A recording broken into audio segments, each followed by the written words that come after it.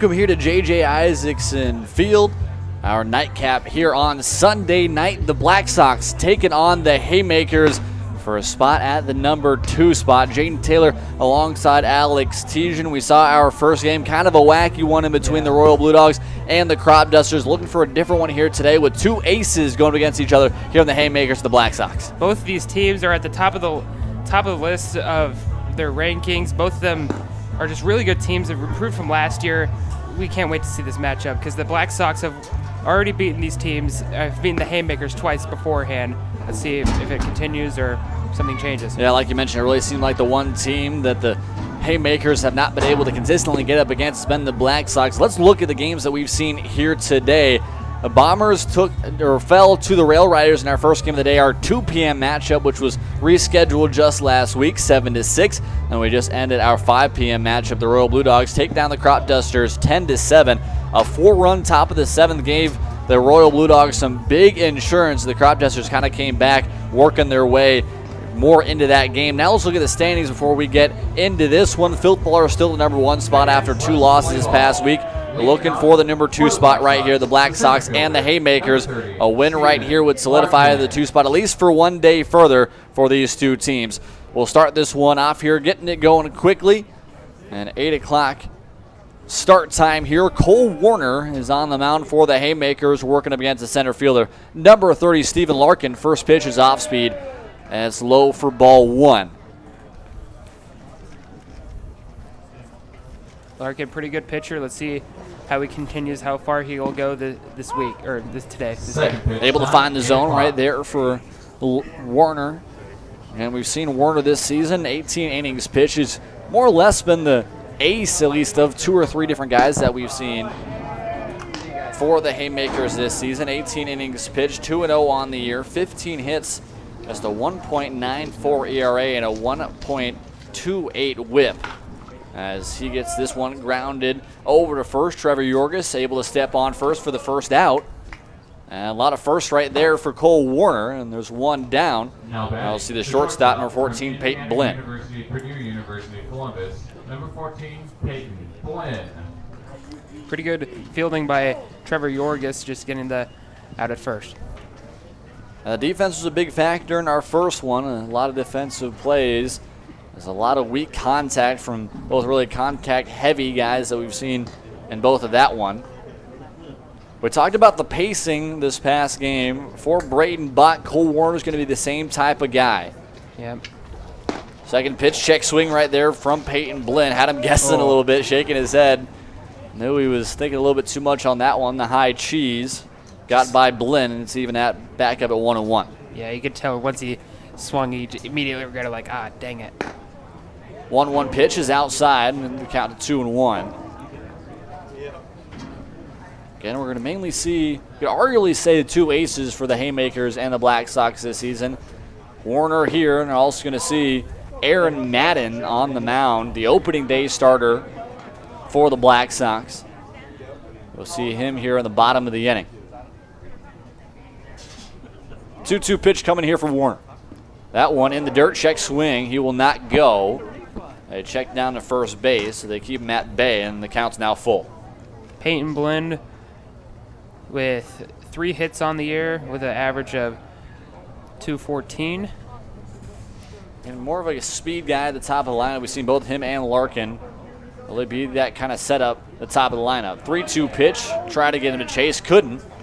And Blinn will toss the bat and head on to first base. And we'll now see the middle of the order here, Spencer Crane and Caden Young.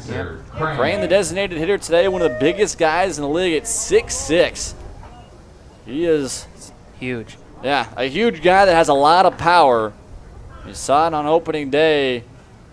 Drove one into left field and kissed it goodbye. He's been kind of tapered off a little bit in the second week of action, but has caught back fire these last couple of weeks. Warner looks back at first. Big swing right there from Spencer Crane. Yeah, I think he wanted that one too. Yeah, if you want to talk about a major league comparison for Crane, it's easily a Giancarlo Stanton type look. Closed off stance, kind of the same timing as he looks at strike 2.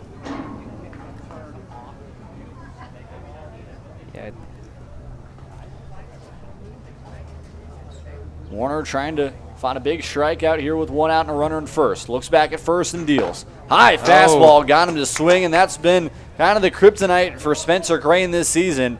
Has chased a lot of fastballs up high, and he strikes out for the second out of the inning. Number 38, Jaden. Young. You can tell he is second in the team in Spencer Crane with the batting average. You can tell I can already tell he likes hitting these baseballs. That'll bring up the right field, number 38, Caden Young, as he'll look at a first pitch fastball in their first strike. Young this season in 276 with an OPS of 727. Just has 1 extra base this season and 5 RBI. Working out of the left side, lefty-lefty matchup here for Warner. That one in the dirt. Oh, yeah. Blenn's going to be off from first, and he'll move into scoring position now as that off speed kind of got away from Warner a little bit. Still got to give credit to Golden behind home plate here today for the Haymakers, keeping in front of him.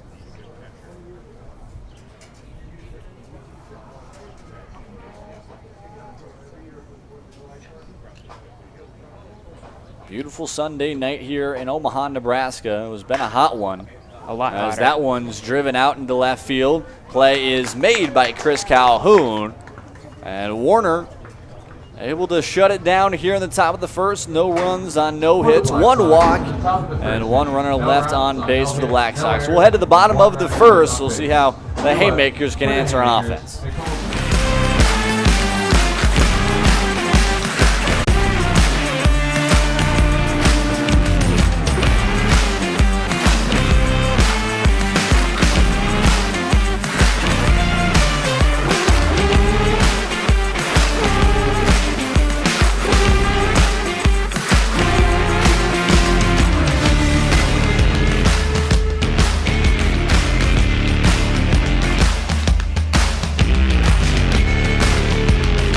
The start of today here for the Black Sox. He's seen the Haymakers pretty often. It's going to be his overall 20 innings pitched in his 5 appearances, 21 hits, .40 whip.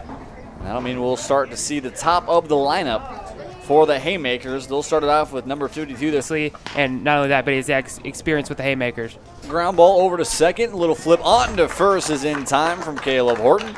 Quickly did have a walk and a runner in scoring position, but able to strike out Carter Betts.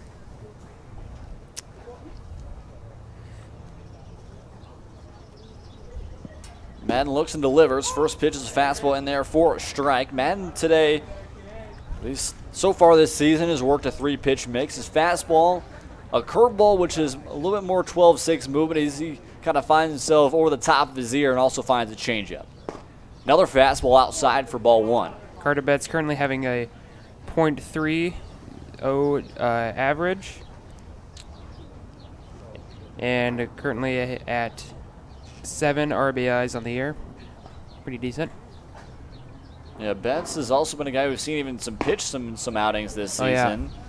He's kind of been the mantra for this Haymakers team. Get anybody and everybody involved.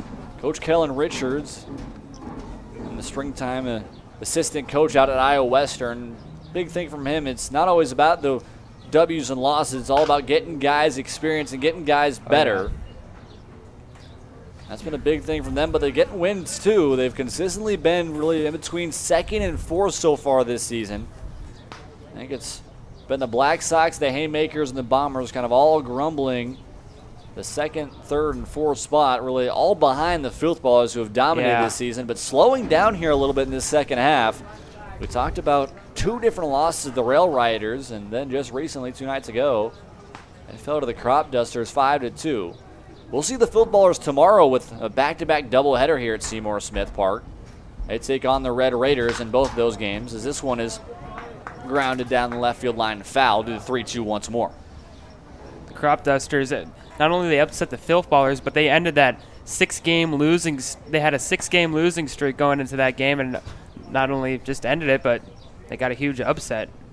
So very impressive as Crop Dusters. They unfortunately fell earlier today. We covered 3-2 pitches in the dirt.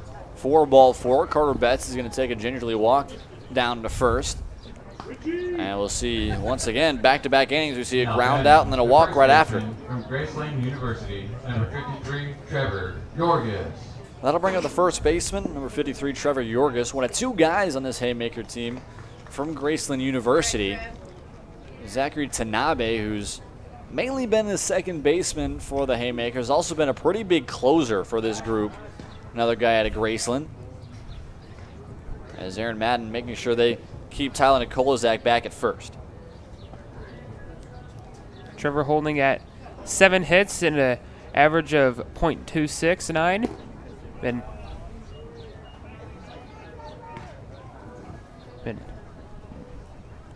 have been working well so far this season. Betts over there at first does not have a stolen base this season as he takes a really just about a half a step Madden outside of first, and Madden, like you mentioned, still keeping a pretty close eye on him for a guy that hasn't had a lot of stolen bases. Main stolen base leader this season has oddly been out of the 4th spot for the Haymakers, Dane Small with 6. This one's flied, shallow left field. Darius Hagan will come on, and it's a can of corn for him for the second out of the inning. And 2 gone here with a runner at first, and again, both teams, both starting pitchers, kind of been the same mix so far here in the first. A ground out, a walk, and then an out right after that. That'll bring up the 4th spot. We mentioned the stolen base leader for the Haymakers, Dane Small. He looks to maybe find something here with a runner at first and 2 gone here in the first. Yeah, if I'm Madden, I'd be if he ends up on first base, I'd be the one trying to pick him off. This one grounded over to short. Peyton Blinn comes on. Strong throw on to first is in time. No runs for the Haymakers in the bottom of the first on no hits. 1 walk, 1 runner left on base. We'll head to the top of the second here. We're tied at 0.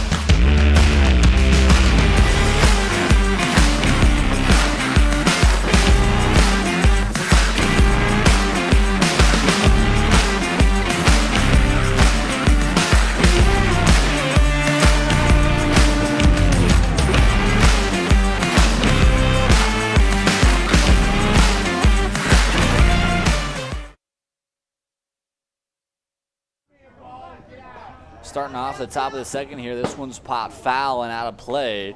Ryan Golden was coming on that one hard. This is the first baseman, number 45, Brandon Zwiener.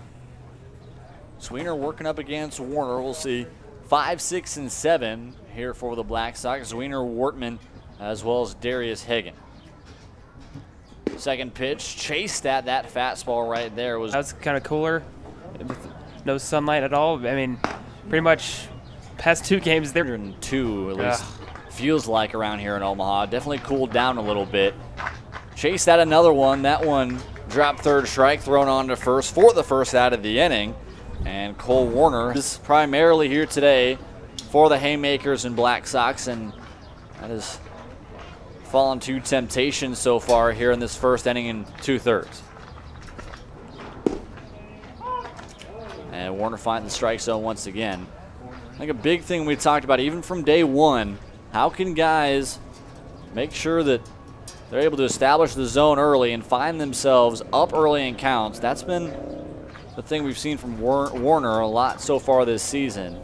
So he's been consistently a top 5 guy in first pitch strike performance this season. Rusty Warman currently leads the team in batting average with I believe 9 hits on the year, or yeah. Wortman chops this one up the middle. Tanabe throw on to first is in time, and a strong play moving to his left for Tanabe. And 2 outs here quickly, as not only has Warner been solid to start off this inning in 2/3, he's been pretty efficient, getting a lot of batters early in counts. That'll bring up the left fielder, number 25, Darius Hagan. We saw him make a play out there and left this past inning. I'll see the first pitch here from Warner. That one shot foul. Yeah, going back to what you said about Warner, I mean, the first inning the whole first inning took about like 10 minutes. So I mean, like, and with currently 0 hits on the board, I mean, that's so far so good. But let's see if it can continue. Hagan drives that one fouling out of play. This season, Hagan, Northeast Community College and Omaha North alum, has actually mainly been on their pitching staff this season, hitting .306. So even a pitcher who can rake here for the Black Sox. 0-2 pitch is upstairs for a fastball and a ball. We've really seen Warner like to work that upper fastball when he's ahead in counts. 0-2 so far here early in this one. 1-2 once again. Off speed in there for strike 3. Third strikeout of the day for Cole Warner. And the Aces have started off well. 1-2-3 go the Black Sox here in the second. We'll head to the bottom of the inning. The Haymakers trying to work up against Aaron Madden.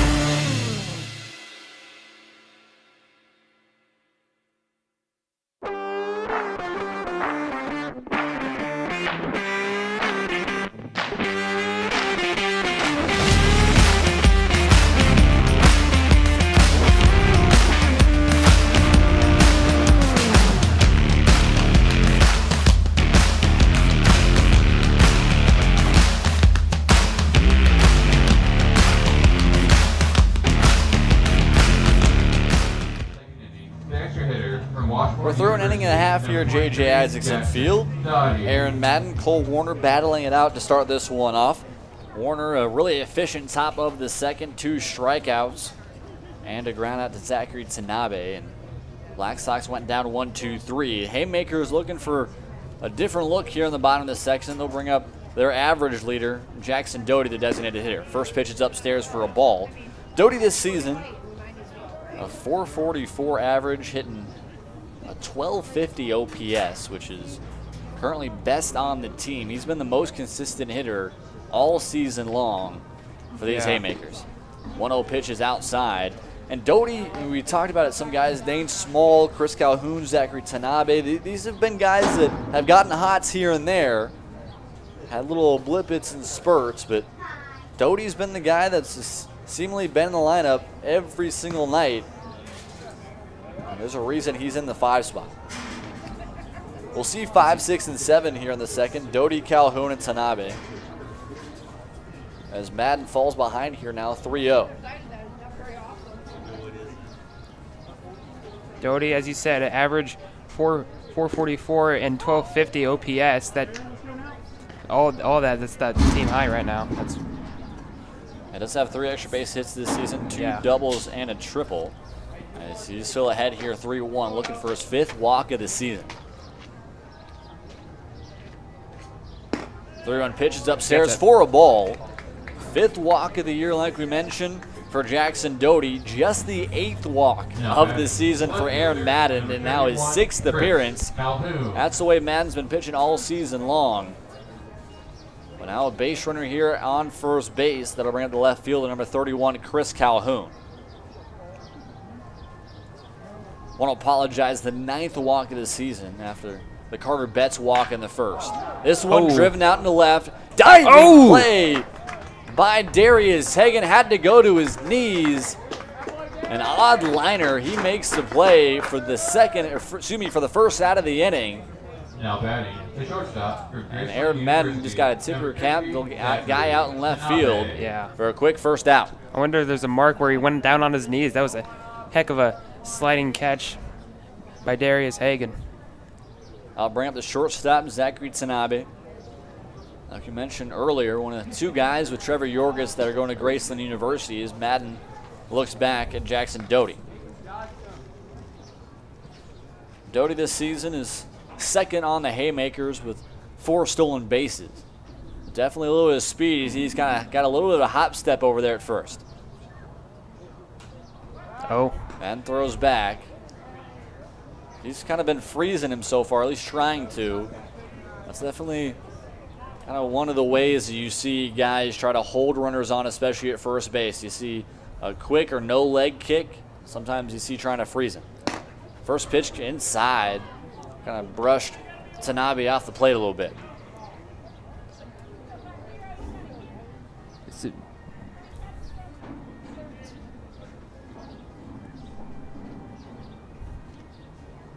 One-0 pitch is upstairs, and now I think a smart time for Rusty Wortman to go out and talk to Aaron Madden, struggling a little bit here. 6 balls in his last 7 pitches, and very abnormal for a guy like Madden. He's working up against Tanabe. Tanabe this season possibly trying to find one in the gap and find his 4th RBI of the year. He's hitting .231. 6 hits on the year. Yeah, .231 with 26 at-bats this season. 2-0 pitch coming here. Fastball able to find the zone once again. I think definitely a situation where after 6 out of 7 balls, Tanabe wanted to keep the red light there on a 2-0.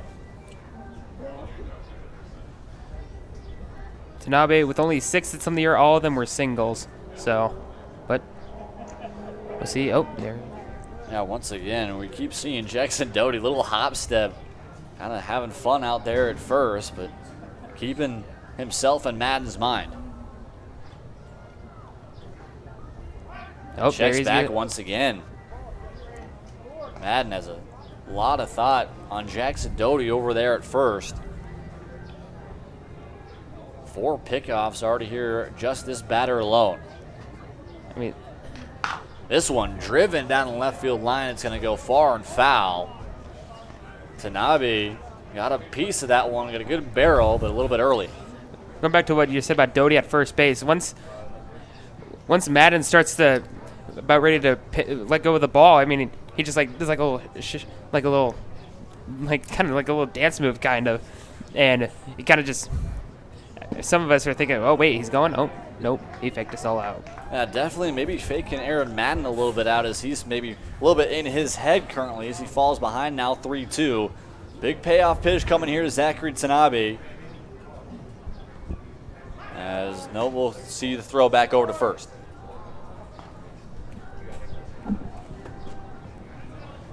Yep, this is, I think we've lost count, but I think this is like the 5th time we've caught Madden going over to Doty to try and catch him. I don't know. Yeah, keeping a lot of eye, like you mentioned, on Doty over there at first. The pretty prolific stolen base guy with 4 stolen bases this season.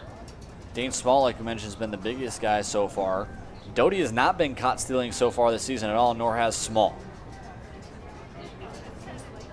Do the payoff pitch once again as Madden still looking at first. This one flown out into deep right field. Caden Young squares up to it and is able to make the play for the 2nd out of the inning. And after the long at-bat right there, 8 pitches from Zachary Tanabe, finally 2 outs here. And that'll bring up the 8-hole hitter, the catcher, number 55, Ryan Golden. And had like 5 throws to first base along with those pitches. It's like,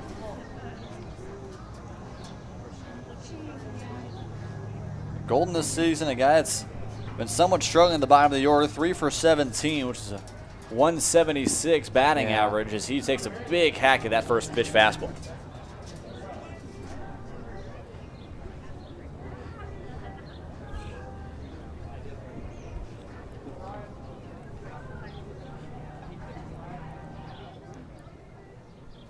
Madden shakes back, high fastball upstairs for a ball, and Madden, we mentioned the 3 pitch mix this season.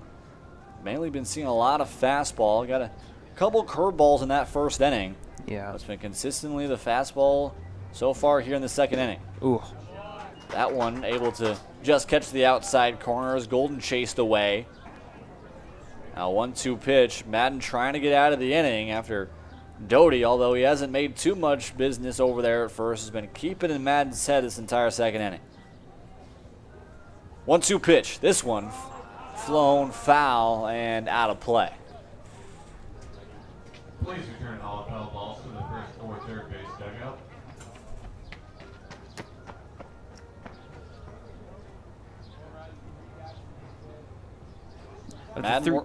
Of the 3 hits that Golden has had, 2 of them have been doubles. I mean, so like, Definitely a guy that does have the power when he needs to. yeah. 28th pitch coming in. They call it a ball. Throw goes on to second. It goes off of Doty, but he'll stay in there. Rusty Wortman behind home plate was questioning that pitch call right there.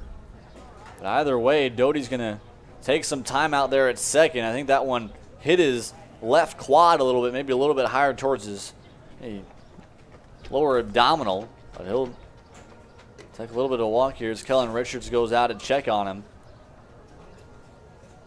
That's 5th stolen base this season for Jackson Doty, as he was in the head of Aaron Madden consistently for the last 2 batters. He's going to try to walk this one off. The strong throw by Rusty Wortman. I think he was a little bit confused by the non-strike call coming inside there and took a second to throw that one back over. It hit off of Doty, skidded a little bit towards left field, but Peyton Blinn able to grab onto it. I would have been confused. I would honestly have been confused if I were the catcher too. I'm like, you immediately think that's a strike 3 and you're out, and like, nope, and all of a sudden the runner starts going. So 2-2 pitch coming here from Madden. This one driven out to center. Going to chase Stephen Larkin back, but he'll able to camp under it. oh, As took a little saw, tumble. yeah, Jackson Doty took a little tumble coming around third base. But either way, 1 runner left on base here for the Haymakers. No hits and no runs. We're through 2. We mentioned once again, it's been a game of aces so far, and they've been able to control this one. No scores. We head to 3.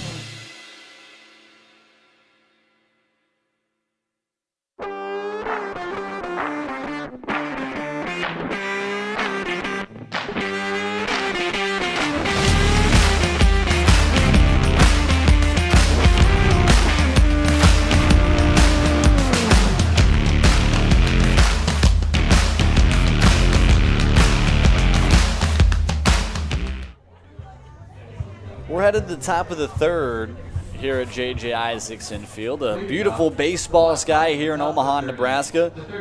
Started off the day hot, and hotter. It's cooled down just a tiny bit.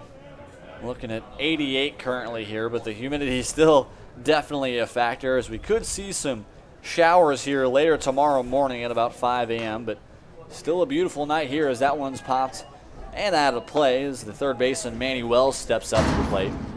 Wells, here's Wells with 18 at-bats with 6 hits on the year. All of the hits were all singles. Wells swings through that fastball from Cole Warner.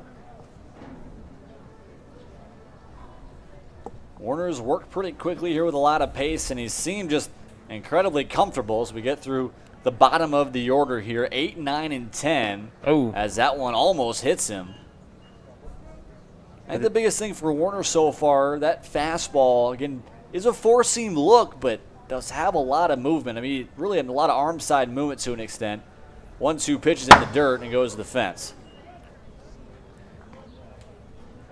We've seen Warner really feel comfortable just working quickly. The pace has been the biggest thing for a lot of different guys, and I know, speaking as a pitcher myself, I like to slow it down, but Warner has been that's worked pretty quickly. This one driven and grounded through the right side past the glove of Trevor Yorgis, and a leadoff single for Manny Wells. I completely forgot that you were a pitcher. PO lifestyle is where it's at. You kidding me? Nowhere else. Nowhere else. That'll bring up the extra hitter. Number 6, Caleb Horton, trying to possibly find some wiggle room around Cole Warner. That was just the first hit of the day between these two teams right there for Manny Wells, as Warner checks back at first. Like Wells, Horton, all of his hits were all singles, and kind of what we saw last time with Wells. He just hit his 7th, I believe, single of the year right there. Yeah, Horton hitting .235 this season with a .551 OPS. 4 singles, and that's been all the work that we've seen from him. As Wells is getting checked on pretty closely. We talked about that last inning with Jackson Doty taking all the time in the world working out there, kind of skipping around a little bit. Showed bunt right there. Was Horton, but he pulls back the fastball upstairs. And again, we saw that with Madden. He had a couple of mistakes over the middle of the plate with Doty, kind of keeping in his mindset, and maybe Warner falling behind here as well. Wells does have 2 stolen bases, not been caught stealing in his 2 attempts so far this season. That's a bunt. It'll get down. Horton headed on to first. This one's going to stay fair. Somehow stays fair, just dies on the line. And Ryan Golden, all he can do is laugh. Wow, that's an odd look right there. It jumped down, kind of had 2 hops, and then just died right in between the grass and the first base line. That's something to think about here. I mean, you don't think about it too much or where the placement's going to be at the first and third base lines, but here at JJ Isaacson Field, they were maybe a half an inch to an inch to the grass, to the infield grass. Definitely that can play some factors on some bunts. I like how right there. I like how after the bunt hit, that one hit another foul. bunt attempt. I like how after he hit the bunt, he's like smiling, and after he went to around the place where the foul ball, and he's like, I'm just gonna make sure that this never happens again, and he just starts kicking the dirt around. Hey, sometimes you just gotta put away the messy mistakes, put them behind you, put them away from you. 2 runners on here. This is the 10-hole hitter Manny Fregoso. Fregoso, the second baseman here today.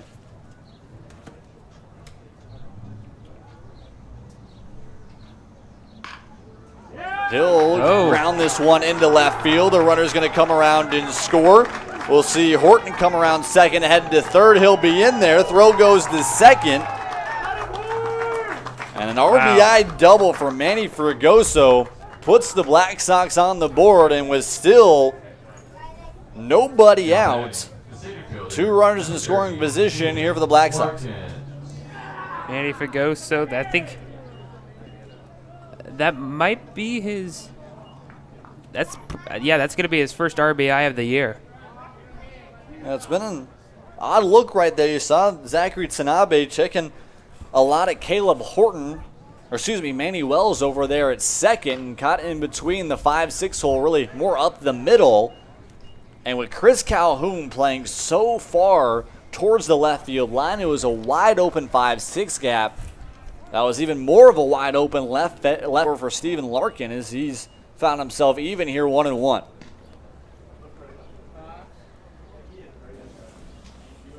Caleb Horton at third, Manny Fregoso at second after the double. Cole Warner trying to find a way to minimize here after a really strong first 2 innings. Has kind of gotten some ground balls that have just squeaked their way through.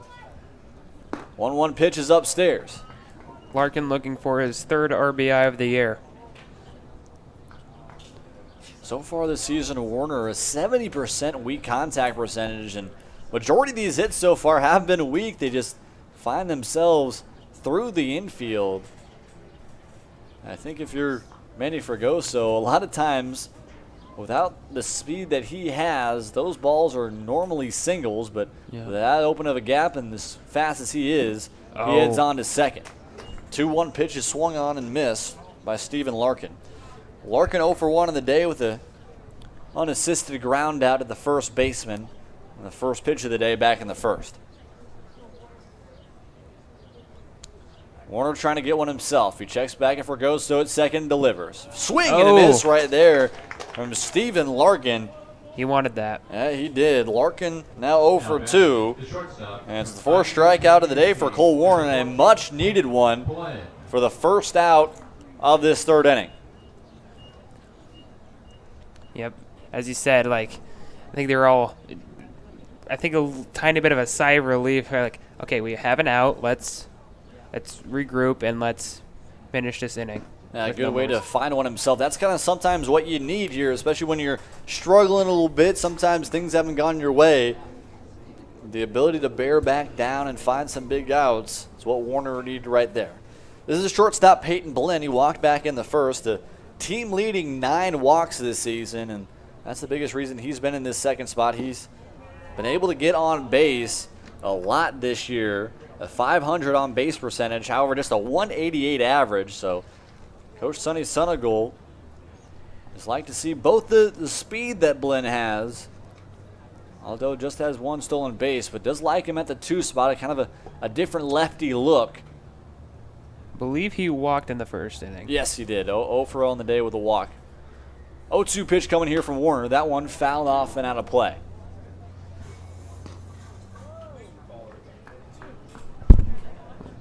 Black Sox score the first run of the day after back-to-back singles from Wells and Horton, and then a ground ball double from Manny Fregoso. 2 runners in scoring position here with 1 out. This one grounded foul, and Peyton Blinn again stays alive. The 5th pitch of the at-bat coming here.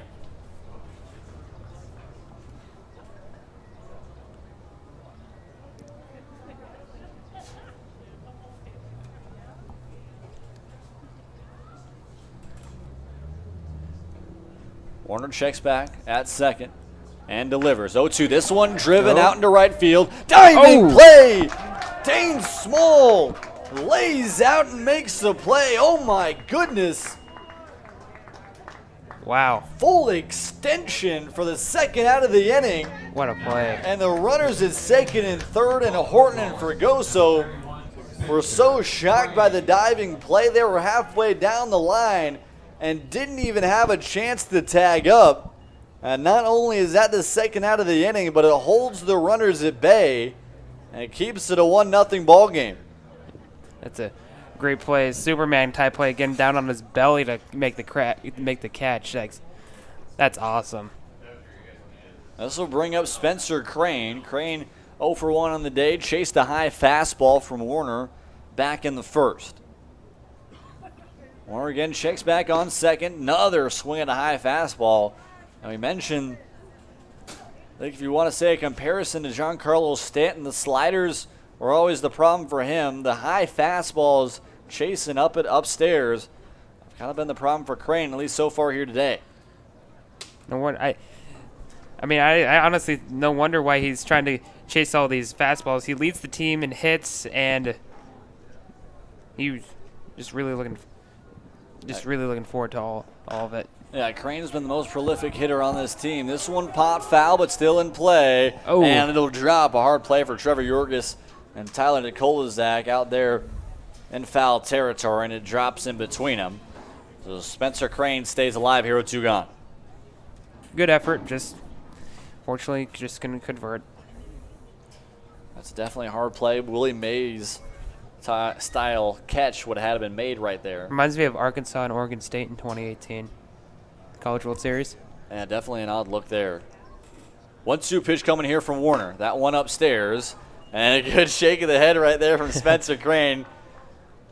Didn't chase that fastball. It was good thinking right there. That's where Warner's gone when he's been ahead in the count up against Crane. We'll see if he goes to it again or maybe see some off speed. 2-2 pitch. Off speed just outside for ball 3, and then moves the count full.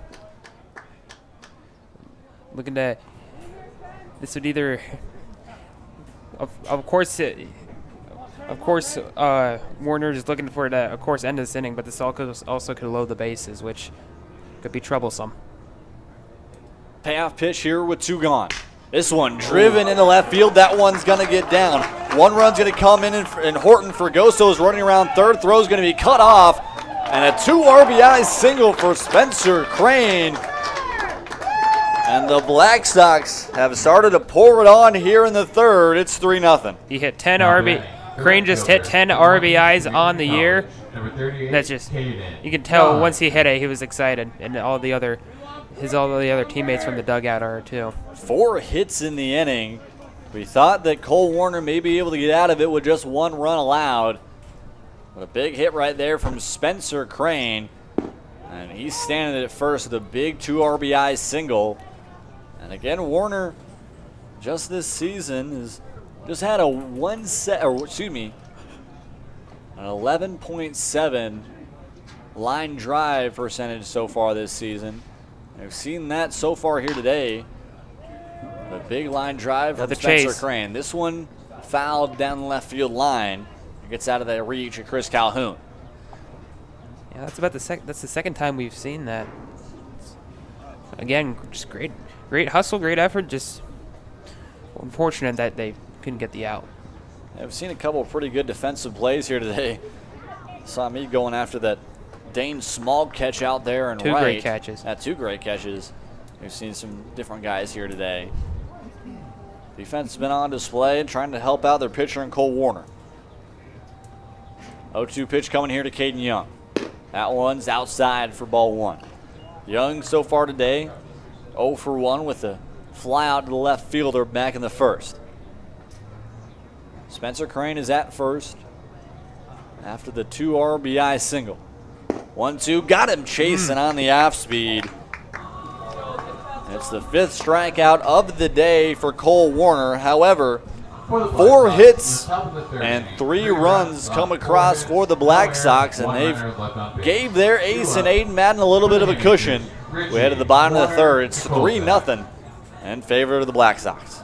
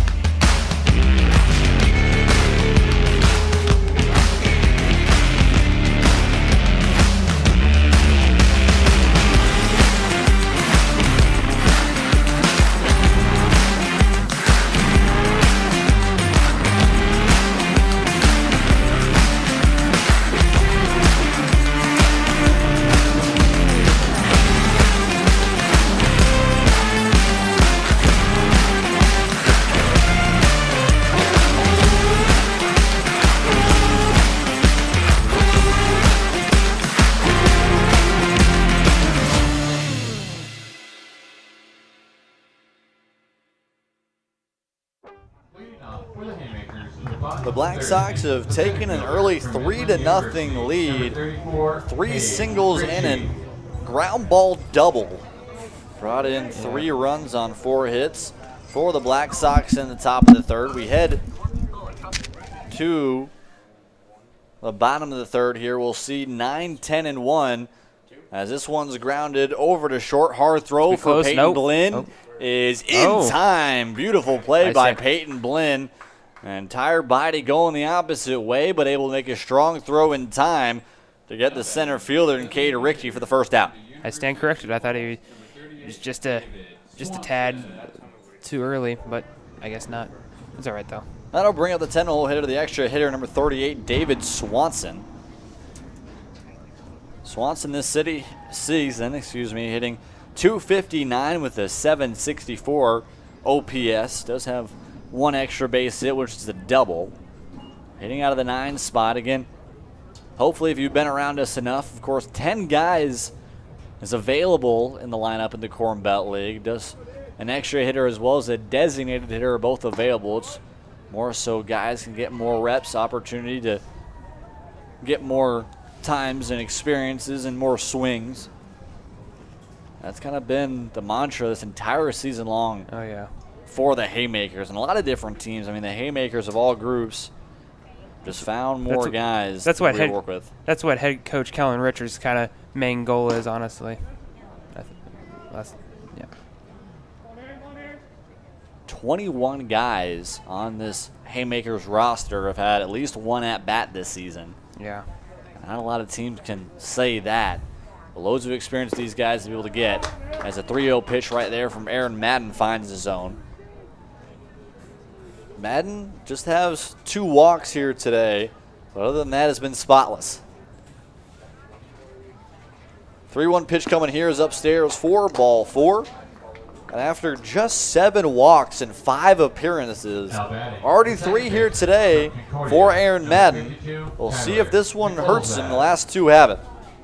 He does have a little bit of a, as you said before the end of the inning, despite the offense for the Black Sox did give him a good cushion with 3 runs on 4 hits in the last inning. But as you said, the 3 walks just. Definitely a different look, but he's been able to get out of it, gotten weak contact.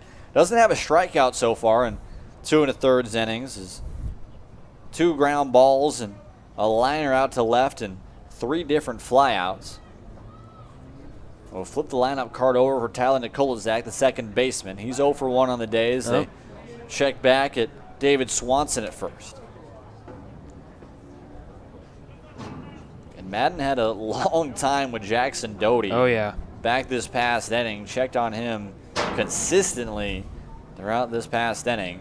Another speed threat here is David Swanson as the first pitch into Nikolazak is in there for a strike. Swanson does have 3 stolen bases this season. We mentioned Dane Small with 6. The 2 guys with 4 are Alec Villanueva as well as Jackson Doty. Villanueva not in the lineup here tonight. All right, check back again.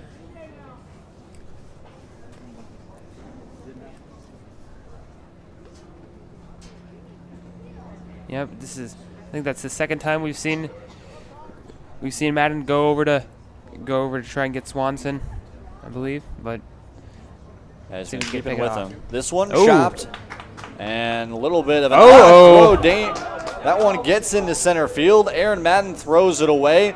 The runners will move up 90 feet more.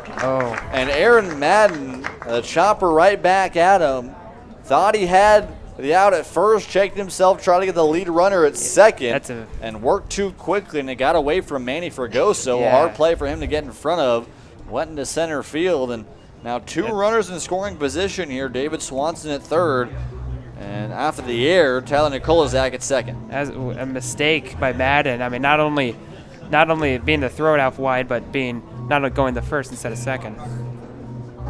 Or going to second instead of first, rather. Yeah, I mean, I think it is more the look to go to second. I mean, if you're working PFPs, which those who don't know at home, pitching fielding practice is a pretty consistent thing to start off a lot of different practices for the pitchers when other outfielders are working on their work. It's kind of a known thing, trying to make sure that you get the lead runner, and I think Aaron Madden realized that halfway through trying to throw to first, trying to throw back to second, wasn't quite adjusted. Liner over to short. Peyton Blinn didn't even have to move an inch, was right into his glove. A really solid second out here, and if Madden can get this next out, possibly get out of a scary situation here with 2 runners in scoring position. Not only that, right after he made the catch, he already made awareness like, all right, can I throw one of these to maybe get one of them out to make a double play? That's great awareness. Trevor Yorgis, now the first baseman, flies this one foul and out of play behind us. He's 0 for 1 on the day with a fly out back in the first to the left fielder.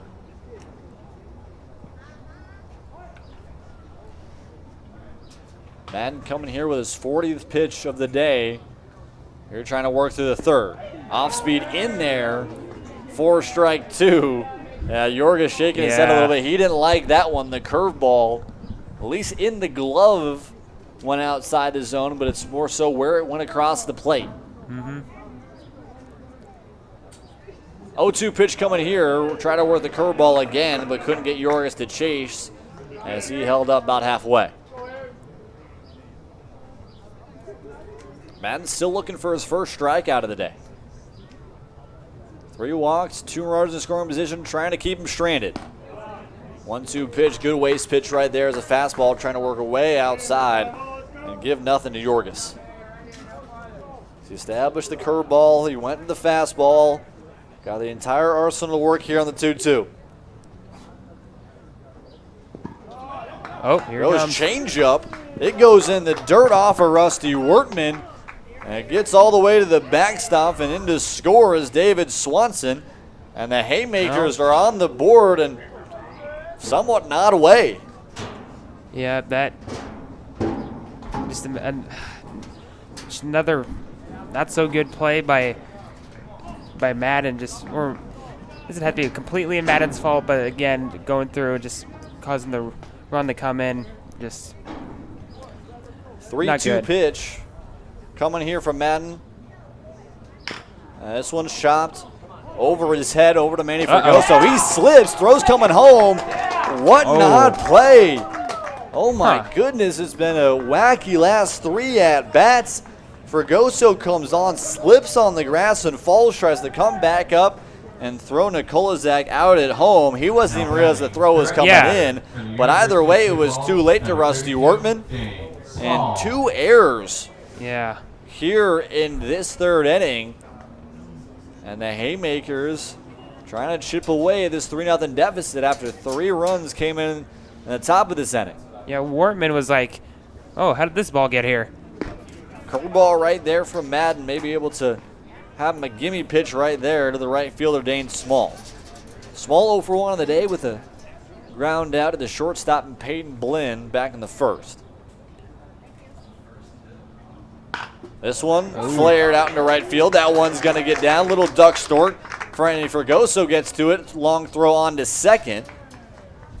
And is able to keep Trevor Yorgis to just 90 feet further. But the inning continues. Now batting, extra hitter from Washburn University. That's an odd play right there. I mean, Fregoso is working just a little, I wouldn't say cheating a little bit towards second base, but definitely a little bit more towards second base than straight up in the second baseman's spot. That one just an odd flare off the end of the bat. We've seen a lot of odd plays. Yeah, just kind of flared out into right field. Fregoso able to get to it, but now 2 runners on here in the second. I bring up the designated hitter, Jackson Doty. 12-6 curveballs upstairs for a ball at the first pitch. Doty 0 for 0 on the day. Started off a long inning this past inning in the second with a walk. And although it was only 4 batters, took over 10 minutes was this past inning. As Doty was keeping in Madden's head the entirety of that one, only staying at first. Big swing and a miss right there by Doty, and he evens the count back up at 1.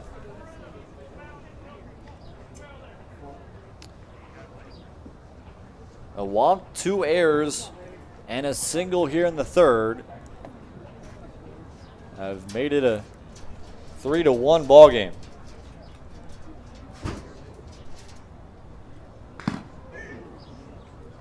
That one got off the umpire. That one fouled back.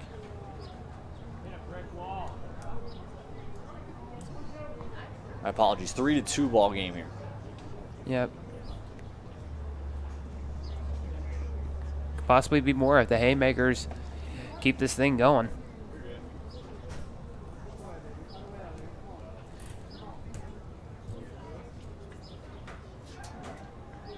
Madden checks back at second. 1-2 coming to Doty. Got him chasing on the changeup. That's a good pitch. And it was a good pitch, and it's a strikeout. The first strikeout of the day for Madden. But not without damage comes the bottom of the third. The Haymakers, after giving up 3 in the top of the inning, answer back with 2 of their own. We're back to a ball game, 3-2 as we head to the fourth.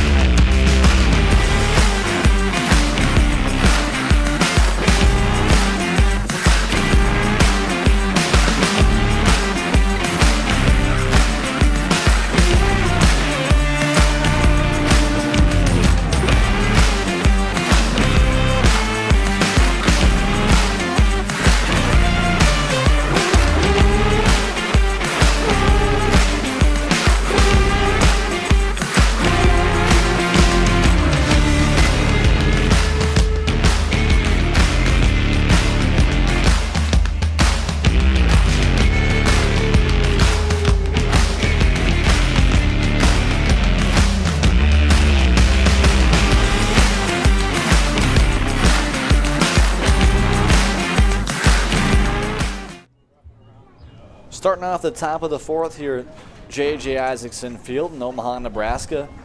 Pretty beautiful night here. Watching some baseball here on Sunday night. So bring up the first baseman, number 45, Brandon Zwiener, as he chases at the first pitch for a strike. Cole Warner trying to bounce back after a 3-run top of the third. There's 3 singles and a double by the Black Sox, gave them a 3-0 lead. The Haymakers answered back with 2 of their own. It was just on 1 hit. They started off the inning with a David Swanson walk. He came around to score 4 batters later. An error and a throw gone into center field by Aaron Madden, and an error by Manny Fregoso. Yeah. And then Jaden Small with a little flare single makes it 3-2. He's seen everything, honestly. We've seen a lot of different odd plays so far. Definitely not a ton of hard hits, but the hard hits that we've seen have actually been some really great defensive plays. Dane Small saw one there. And just as I say that, we see a barrel up the middle as Brandon Zwiener reaches first on a single, and a runner on here with nobody gone. There's something here for the Black Sox. Kind of finding Cole Warner out here.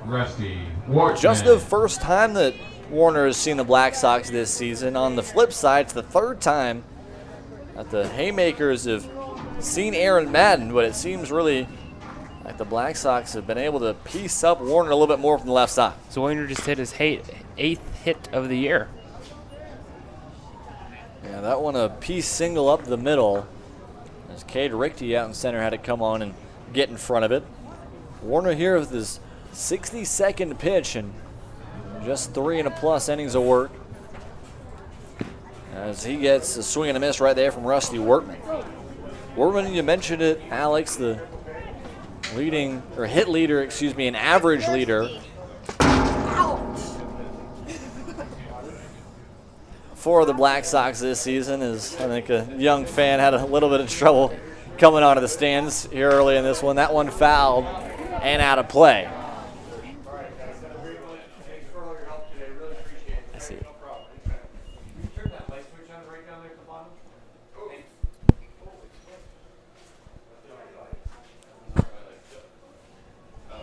0-2 pitch coming here from Warner. This one fouled and back to the backstop. To the 0-2 once more. Wortman again, the catcher here today. And the leader in hits and the average and So, And definitely a consistent hitter out of the 6th spot. See what he can do down 0-2. Grounds this one over to second. Nikolazak will go to second, throw on to first. Little bobble will not make it in time. It's a good job by Tyler Nikolazak to be able to range to his left. A strong throw on to Zachary Tanabe, but unable to get it out of his glove right away was Tanabe. And that allowed Rusty Wortman to get into first and avoid the double play. add hit number 10. He's not the leader in hits, my apologies. It's still the leader in average, but still got his 10th of the year. Yeah, that'll be a fielder's choice. That'll bring up number 25, Darius Hagan. Pinch running, or excuse me, courtesy running over there at first is going to be the catcher, Sid DeMayo.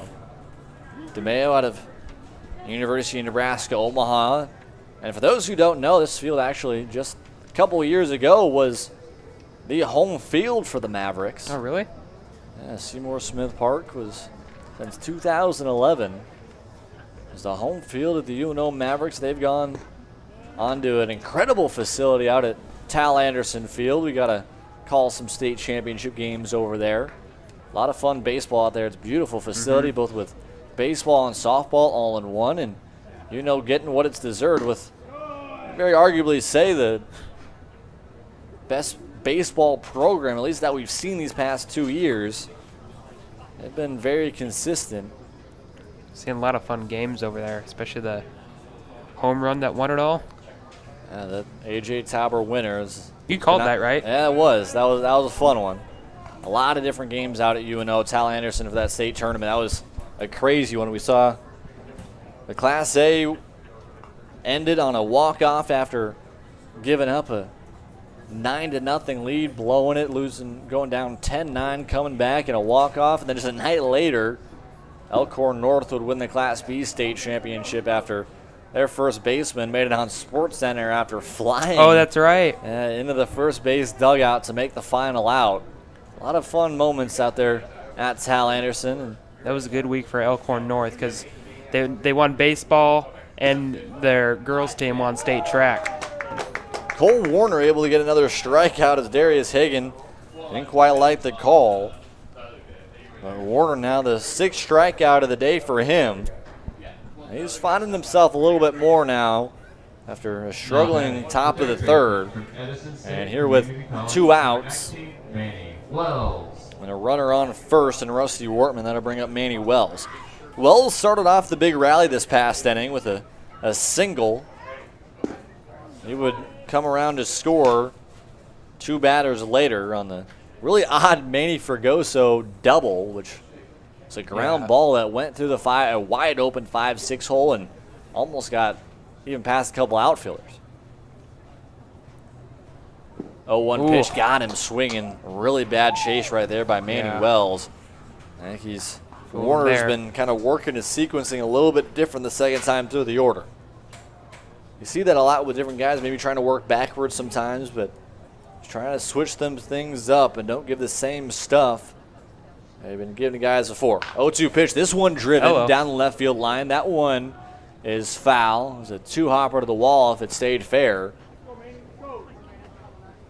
But again, we've seen some Black Sox guys that have been able to piece up, at least this past inning. That single by Brandon Zwiener was really the big first hit that we saw was truly pieced up. Yeah. We've seen a couple line drives out into the outfield, one right there. 0-2 pitch coming once again. Runner is off. This one driven out into center field. That one's going to get down in the front of Cade Rickey. Throw will go back to second. It gets away from Tyler Kolizak. Oh, no. But it will stay there as Trevor Yorgis was able to back up and keep it in front of him. Now Rusty Wortman at second, and then a single right there for Manny Wells. And 2 runners on here with 2 gone here in the top of the 4th. Sid DeMayo, I think that's the... Yeah, excuse me, my apologies. The courtesy runner out there at second, Sid DeMayo. So we'll see Kellen Richards come up now to talk to Warner here. This is a time now. The pitching staff, like the Haymakers, who's been pretty consistent this season, has been in between the best and the 3rd and 4th best all season long. But a time now for them to talk with their ace and Cole Warner and see what they can do here to switch some things up as the Black Sox are on the doorstep possibly adding on to their lead. And oddly, in a part of the lineup, the bottom of the lineup, that's been the most consistent. I think Alex here, again, a really long talk between these two guys. What do you think Warner needs to do here to be able to try to get out of this inning? I guess you could, like, I have seen like some pitches where some of the Black Sox batters tried to swing at them and they're like the ball ended up being in the dirt. So I think either try pitches that are just fooling them or just I really don't know. Definitely not getting too much over the plate. Yeah. There's got to be the thing that Warner's got to do is he's kind of allowed a couple pieced up balls from Wells and Zwiener, and you're, again, at the part of the order that's been able to hit you well. Yeah. First pitch is a ball to Caleb Horton, the extra hitter. Second pitch is in there for a strike. He moves the count back up at ones. Horton, 1 for 1 on the day, came around to score after a single back this past inning, is trying to maybe find himself a RBI to extend the Black Sox lead. Another pitch in the dirt. So like if he would have swung at that and that would have been like, okay, that could maybe boost you up a little bit, but like. Now the different mix that we've seen from Warner, there's a lot of different looks. Again, I think that really want to think that left side that we've seen from him out of a lefty, it comes out pretty late. Yeah. And it comes out pretty far away in that left batter's box. But it can drop down in a lot of different places with the mix that he has. Runner is off from second. Both of them go. And the pitch is got to be low. Ooh, that's a hard pitch to look at. Yeah. If you're Caleb Horton right there, but a beautiful MLBI. And not only does that make it 3-2, you got 2 runners in scoring position now after the double steal. 3-2 pitch. This one grounded over to third. Hard play for Carter Betts. Throw on to first is into right field. 2 runs are going to come in to score, and Caleb Horton is going to not test it. He'll stay at second. But Cole Warner, right after we thought he was going to get out of the inning, his defense can't help him out as Carter Betts. There's a long throw, going to be a tough throw, but Trevor Yorgis at first was unable to pick it, and it gets into right field, and it makes it a 5-2 ball game. I guess you could say it's tough, but from going from third base all the way to the first to when the runner's already sprinting over, but just another mistake. Yeah, those are those small things that are going to cost you down the line, and there's a righty up in the bullpen now for the Haymakers. Once we get the name, we'll give it to you. Nobody in the Black Sox bullpen, that's for sure. Aaron Madden, a really strong day for the Black Sox. We're at the 10 spot now. Manny Fregoso looks at ball 2. And right after he's struggling a little bit, Warner is trying to find himself back up, trying to find a way for the Haymakers to get out of this inning. Fregoso had that odd ground ball double that got in the 5-6 hole and all the way deep into left field back this past inning. This one grounded over to second. Nikolazek throw on to first is in time, and that'll do it here in the top of the 4th. But the Black Sox add on 2 more on an error by the third baseman and Betts. That makes the ball game a 3-run lead for the Black Sox is 5-2 as we head to the bottom half of the inning.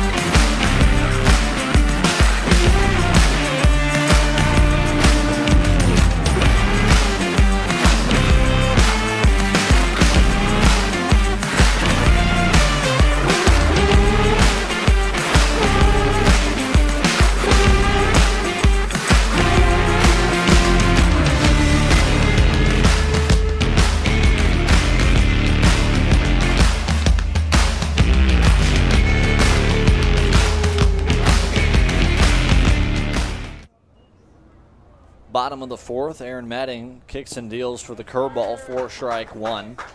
The Black Sox have added on to their lead. It's a 5-2 ball game.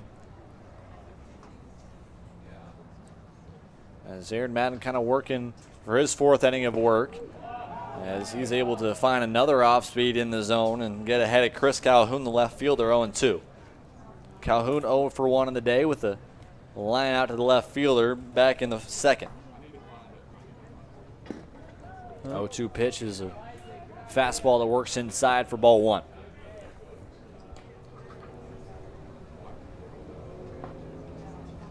It's 1-2 pitch coming here from Madden. Another fastball. Must have been just low and out. Hard to tell from up here, but either way, a borderline call that works just out, and Calhoun able to keep himself alive. Madden back already set, working quickly. 2-2, another curveball grounded over to third. Hard play, does the splits as Manuel's throwing to first. Beautiful pick by Brandon Zwiener. And a 5-3 put out is a lot more beautiful and gracious that is how than it might be on the scorebook. And it's one out here in the bottom of the fourth. Not only, as you said, not only getting the out, but doing like a little split. I wonder if he's like, oh, hopefully my pants don't rip. Definitely something to worry about if your Manuel's out there at third. As another curveball works in. And again, for those who are more known as pitchers, a lot of times you want to work backwards the second time through the order. We didn't see it as much at the top of the order in the third inning as 2 runs came across up against Aaron Madden. But now we've seen it a lot here, the first 2 batters. Back-to-back curveballs to start off the at-bat up against Calhoun, and started off Tanabe with a curveball of his own. 1-1 pitch here to Zachary Tanabe. Another curveball in there for strike 2.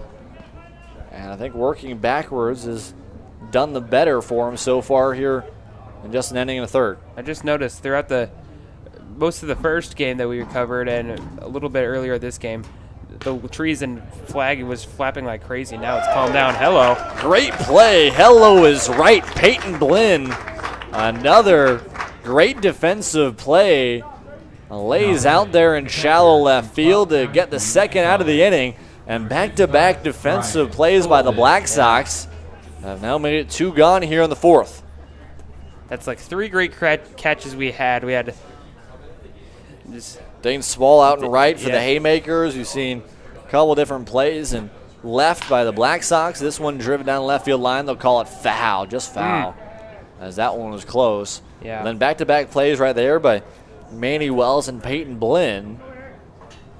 And again, Aaron Madden's just kind of had to tip his cap a little bit out to the defense behind him. They've been able to make plays, especially for a guy that's been so strikeout heavy. 17 strikeouts this season. Has been able to allow his defense to make plays, and they've done just so. I think they're all trying to look for a quick and easy inning.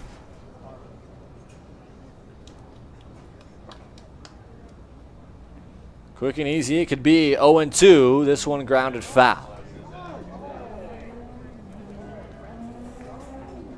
Madden trying to work on Ryan Golden here, the catcher. Flew out to center, back in the second.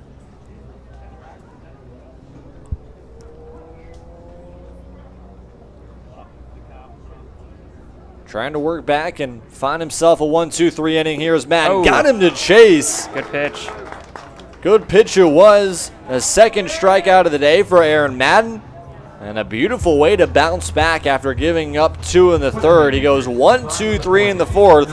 We'll head to the fifth. The Black Sox holding on to a consistent lead at 5-2.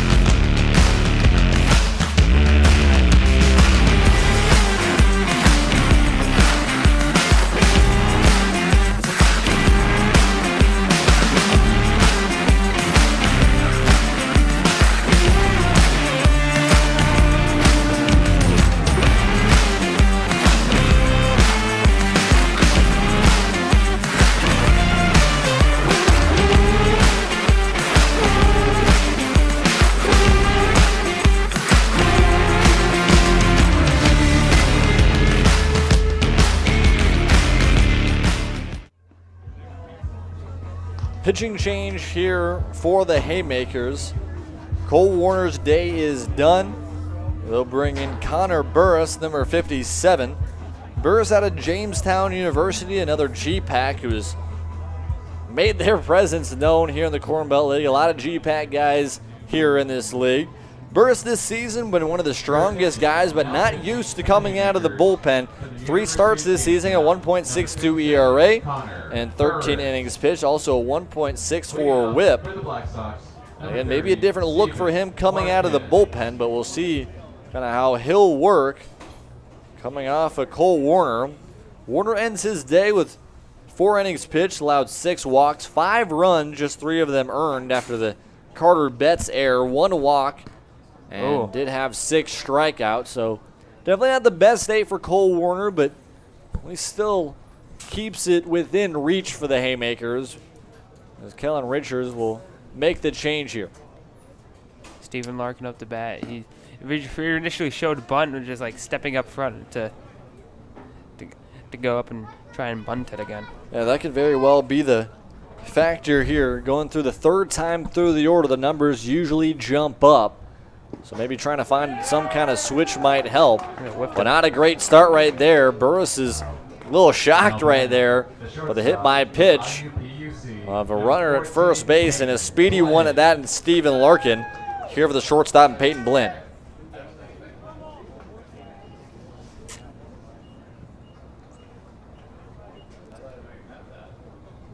Blinn so far today 0 for 1, had a walk back in the first and lined out to right back in the 3rd.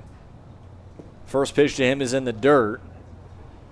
And Burris can, after staying even with Stephen Larkin to start off the inning, falls behind here 1-0 to Peyton Blinn. Oh. A throw back to first. That'll wake him up.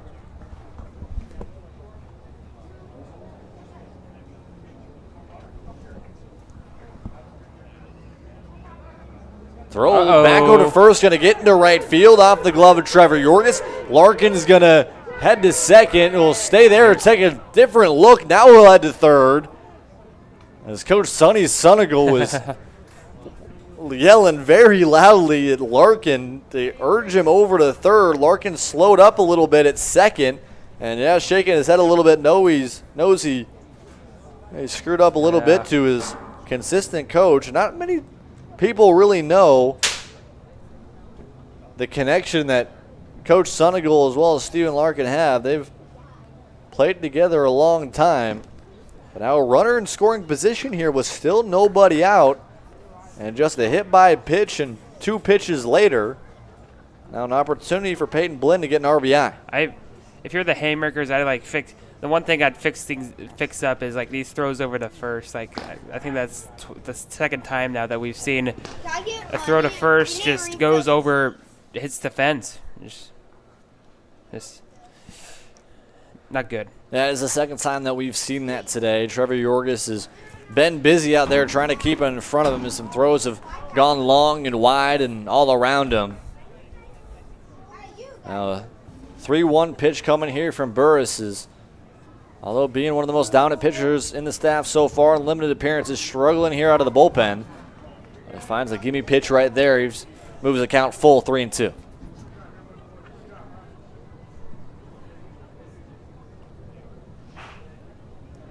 Blinn trying to help out the Black Sox, possibly add on to their lead. And he'll walk on 6 pitches.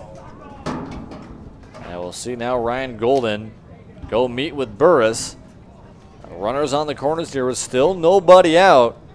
And definitely a scary guy to look at in the middle of the order here in Spencer Crane. A hit by pitch to Stephen Larkin. He stands at third after the overthrow to first on a pickoff. Blinn at first. And Spencer Crane now, 1 for 2 on the day. Had the 2 RBI single back in the 3rd, brought around both Fregoso and Caleb Horton. Will now work up against a different guy in Connor Burris. One of the physically biggest guys, stature-wise, in the league. Trying to come up with a big spot here. First pitch is outside for a ball. Brings a lot of power to his hits as well. When we saw earlier, it was good exit velocity. Oh, I'll check back over at first.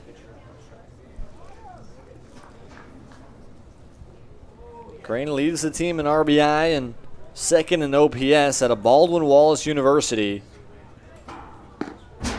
As he'll look at ball 2. Again, there's a thought process here. The double play is in order up the middle, and I think if you're the Haymakers, although you are down 3, you're willing to take 2 outs for a run. I'm not sure if 1 out for a run. Either way, definitely don't want to give too much to the power hitter that already has 5 extra base hits this season. 2-0 pitch is outside, but chasing at it was Crane. He fouls it back and out of play. Please return all foul balls to the first or third base dugout. Crane out of Parma, Ohio. Listed at 6'5", 225 pounds. wow. Very big guy in the middle of the order. Runner is not from first. Strong throw It's off the mark. is Oh, into not center again. field. And just about everything went wrong right there for the Haymakers. Golden throws it down. Didn't think about the runner at third. And Stephen Larkin comes in to score. It's now 6-2 in favor of the Black Sox, and still a runner in scoring position.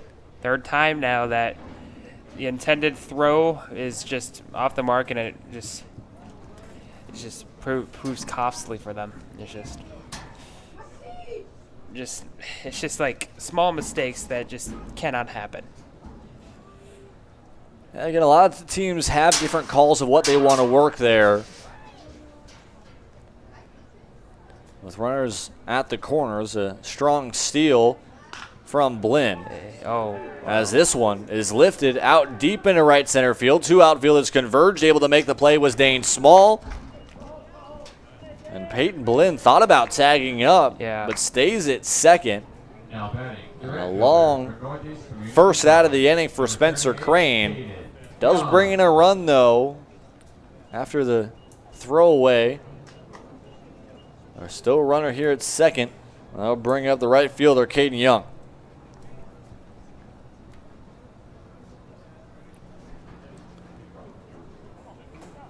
Young today 0 for 2 with a fly out to left back in the first, and one of Cole Warner's 6 strikeouts in the third.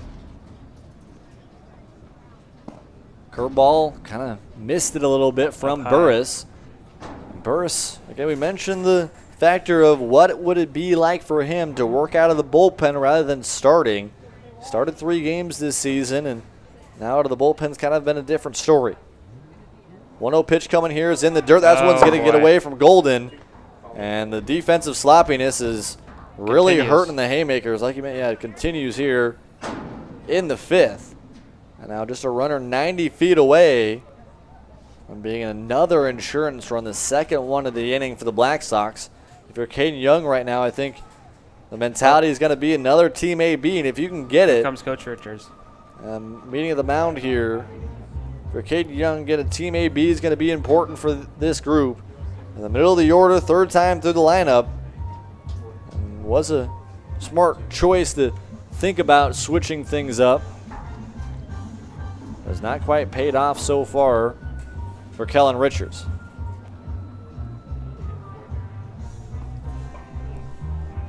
Nobody in the bullpen on either side. So it looks like Richards just going in to calm Burris down a little bit, see how he can adjust. Another long talk.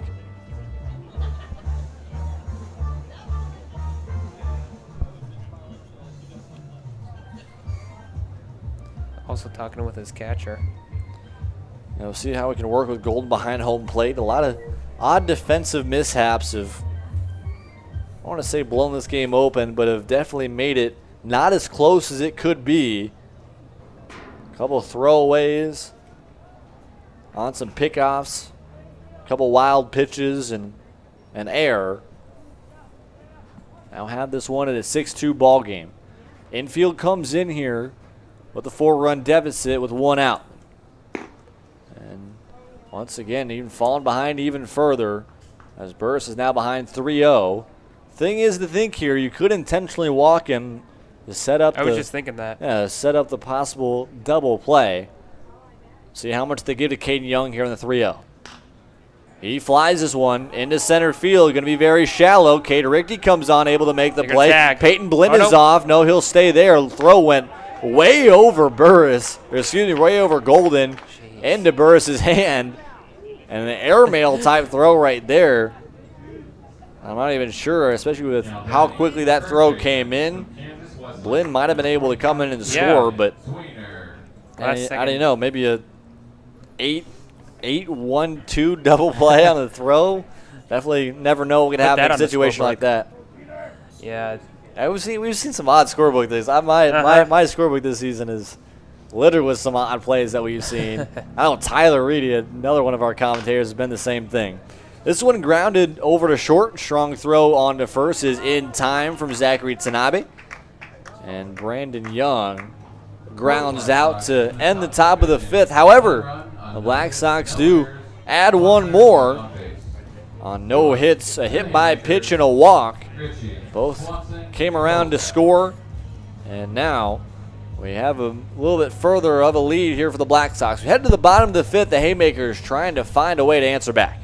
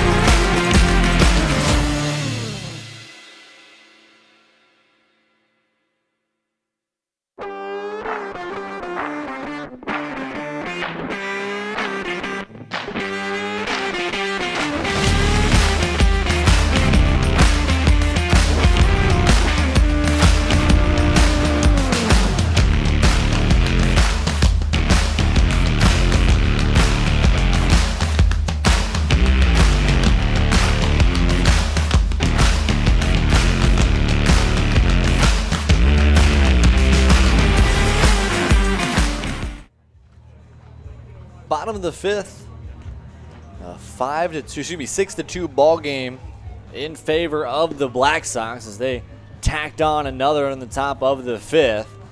And Aaron Madden is back on the mound once again for his fifth inning of work. And 4 innings so far, 64 pitches, just 1 hit allowed, 2 runs, neither of them earned after the 2 errors that we've seen from the Black Sox here tonight. In the first 2 meetings between the Haymakers and the Black Sox, Aaron Madden, of course, he played 5 innings against both of those against both events against the Haymakers. So, seeing another. Yeah, a lot of times you'd question again the third time that you've seen the guy. Maybe you know a little bit more what he's got, knows what he throws in different situations, but really, other than the third inning, it's kind of been a spotless piece of work for Aaron Madden. I think that pitch has been the reason. The curveball has been the big difference, as we do see a lefty at least walking out to the bullpen to see if he's getting ready, as that one's fouled off. Big thing here today, too, you talk about the blow-away ability that Madden has. He hasn't showed it off too much here today. 2 strikeouts. Has had more walks than strikeouts today, but the defense behind has been making a lot of plays. You saw that especially this past inning. 0-2, this one's fouled and out of play, and we'll do it once more. This is Cade Richte, the center fielder. Richte today 0 for 1 with the ground to the shortstop, and Zachary Tanabe back in the third. It's 9-10-1 here for the Haymakers. 0-2, curveball, beautiful mix right there. The 12-6 comes straight from the ear drops down about 6 to 7 inches. And the third strikeout of the day for Aaron Madden. Back-to-back strikeouts and back-to-back plate appearances up against Madden for Golden and Richter, and now one gone here in the 5th. Beautiful is right. I mean, right after he threw that, Manny Wells came over from his third base and just gave him a good fist bump. That was beautiful was right. Again, a lot of times people talk about the movement that some guys have, the difference between that and the sequencing. I think that's really what Madden's been able to do well.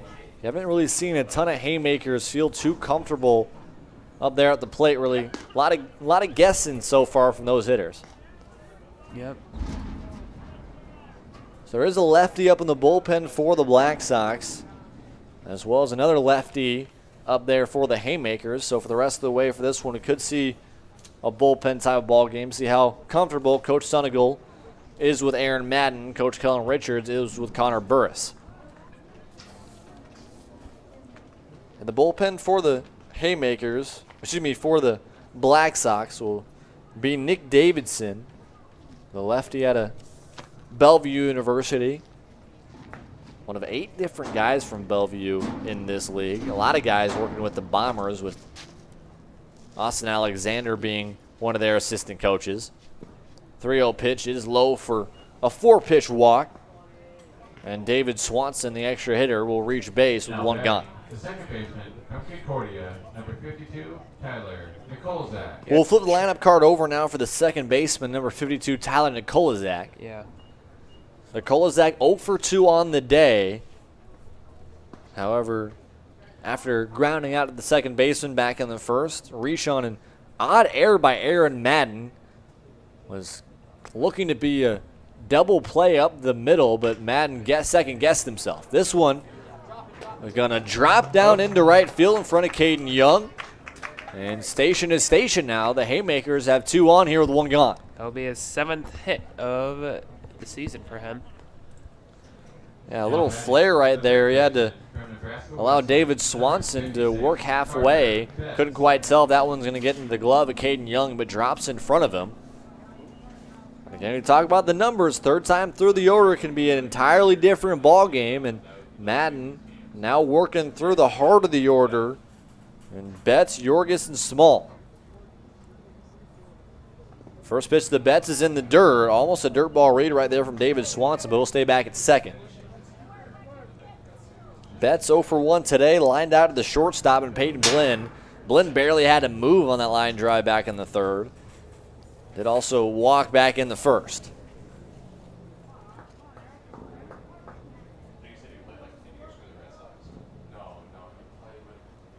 Madden looks back at second, and he'll do an inside move and stay there. Second baseman, I think he tried to sneak up and just kind of signal to him, hey, we can get him. But give him a look, and that's about it. He's doing it kind of right now. Fregoso's been bouncing back and forth, trying to hold the runner on out there at second. His second pitch to the plate appearance is in there for a strike.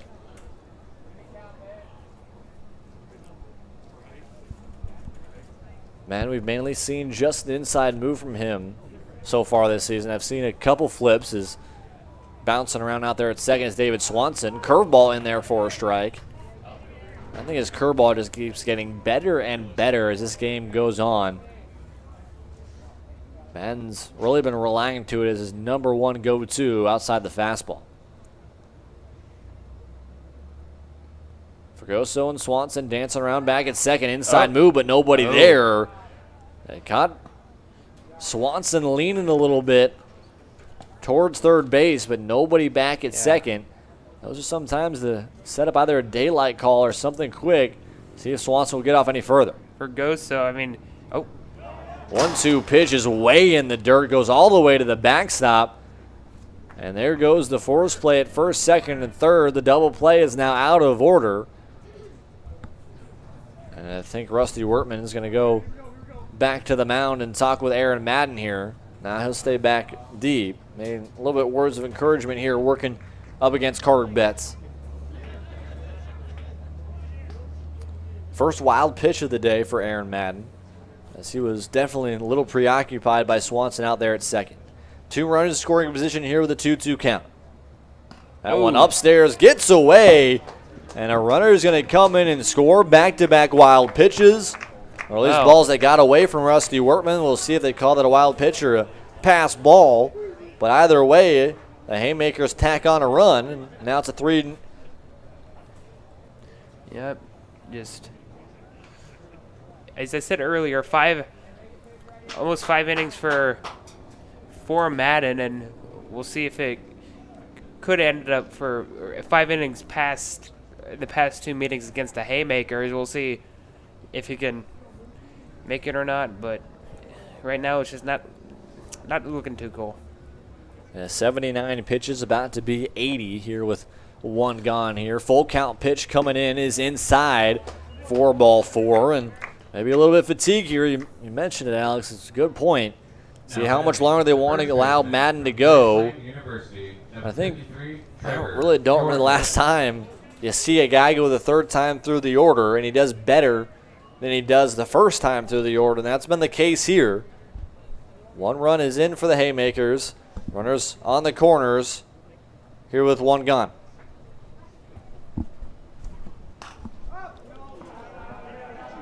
This one popped out of play. Please return all foul balls to the first or third base dugout.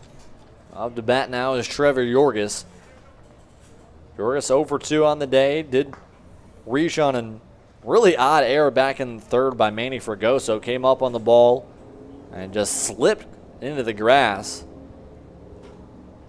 Came around to second but did not score. This one popped up, and not a good one right there. Not a good bunt attempt, right there from Trevor Yorgis. He was maybe trying to put a squeeze play down the first base line. Yep.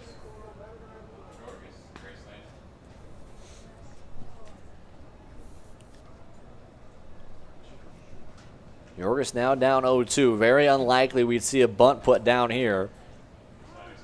As looks like Sonny Sunigal will come out and talk to Madden here on an 0-2. Definitely maybe an odd thing to think about. Got Nick Davidson, at least was out there in the bullpen. It looks like they might have switched some things up. Currently there was a lefty. Now there's a righty up in the bullpen. See what they want to talk to Madden here, trying to get the final 2 outs here with a runner at first and third for Trevor Yorgis.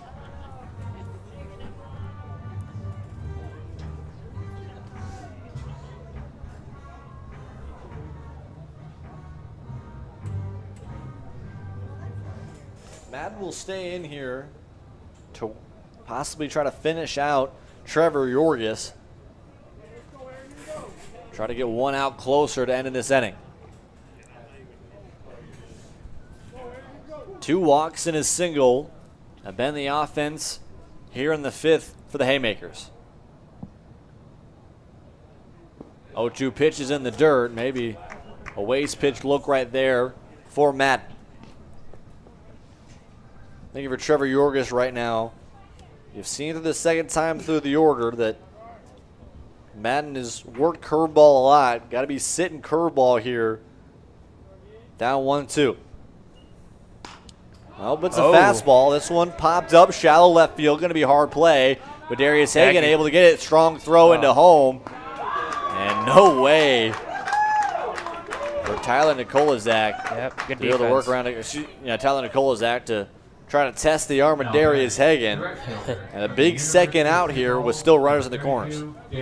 Yep, I mean, I think I'm also noticing as some of the guys who are looking to tag up, they, like, when they first start, they're on a dead sprint, and then they're just like, all right, we'll come back. It's a too bit of a risky move, and I think they did the right thing of being parked at third. Yeah, definitely trying to maybe test the arm of Darius Hagan, trying to maybe see an overthrow, which we saw last inning.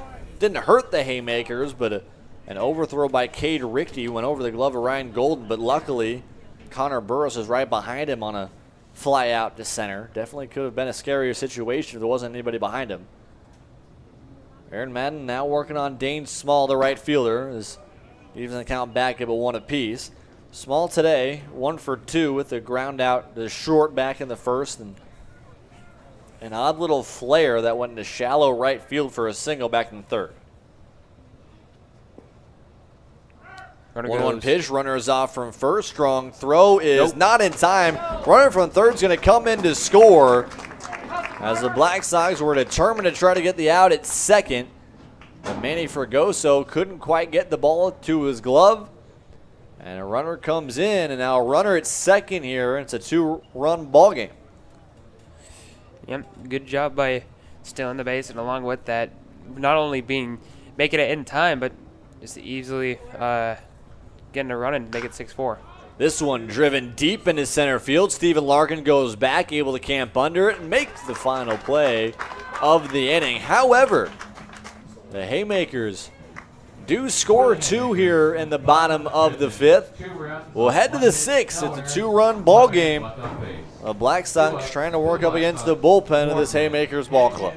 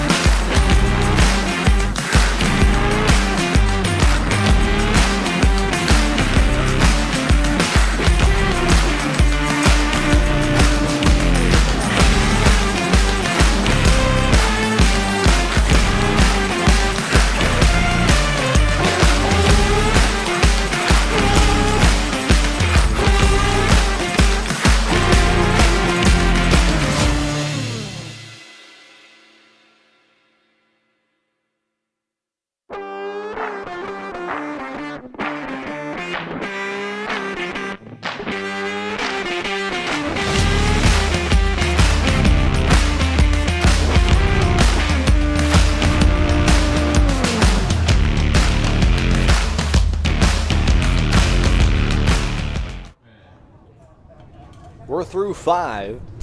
The Haymakers trying to inch their way back, added 2 in the bottom of the 5th to make it a 6-4 ball game, and that's where we are at here in the 6th. Connor Burris back on the mound here in his second inning of work as he allows a lace there from Rusty Wortman into center field.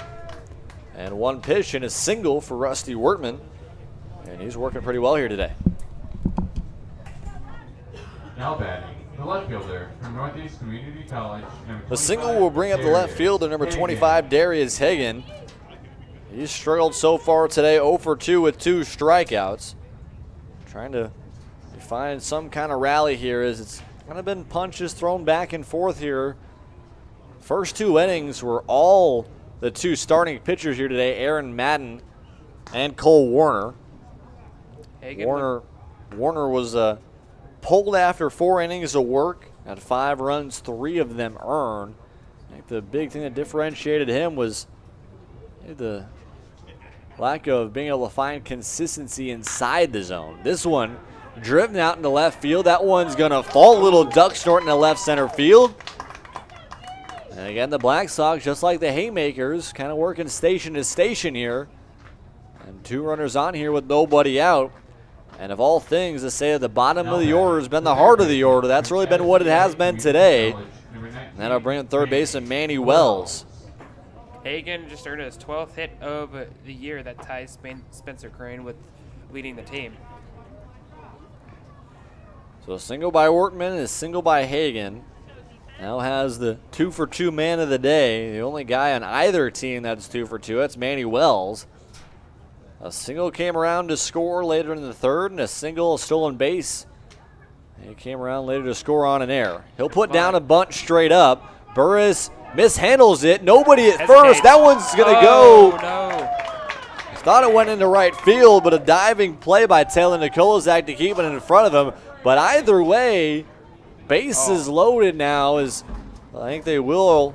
We'll see if they call that one a hit or an error. he hesitated throwing it at first, I think. And then Well, actually, yeah, he bobbled it. Burris bobbled it a little bit, trying to pick it up, and threw the ball wide, and there's no chance for Tyler Nikolazak to keep his foot on the bag. They'll keep what they officially call it, but either way, bases loaded here and nobody out. Nobody up in the bullpen for the Haymakers, so as of now, it's going to have to be Burris to get out of this one. did also do a good job of just avoiding it to make sure it didn't go all the way to the fence again, because that would have been a disaster. Yeah, that was a really strong play by Nikolazak, like we mentioned, just to keep it in front of him and not allow two more runners to come in to score. Allows for Burris to have some kind of chance to try to work his way out of this one. 1-0 pitches outside, and not what you want to do to fall behind to Caleb Horton. Horton 1 for 2 on the day with a single, came around to score in the third and then reached on what would be a 2 brought in run error by Carter Betts in the fourth. Curveball in there for a strike.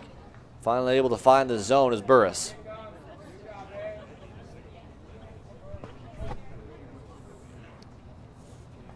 Two singles and a bunt error by Connor Burris have the bases loaded. That one's low.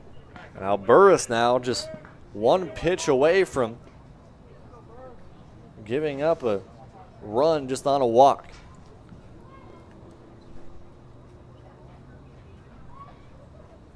Three-run pitch coming here from Horton. That one's way outside for ball 4. And Connor Burris, again struggling out of the bullpen here in his second inning of work, walks in a run. As Rusty Wortman comes in to score, it's a 7-4 ball game in favor of the Black Sox. And you know it's kind of good trouble. And here comes head coach Kellen Richards. You know, they're in trouble when they already had nobody out. When they had nobody out, and like everybody just bases loaded, and then now you walk a batter in. Yeah, that's not good. Well, that'll be the end of the day for Connor Burris. We'll see who the change is. Either way, we'll take a quick break here on the Corn Belt League Network. Once we come back, we'll get you the new relief man here for the Haymakers.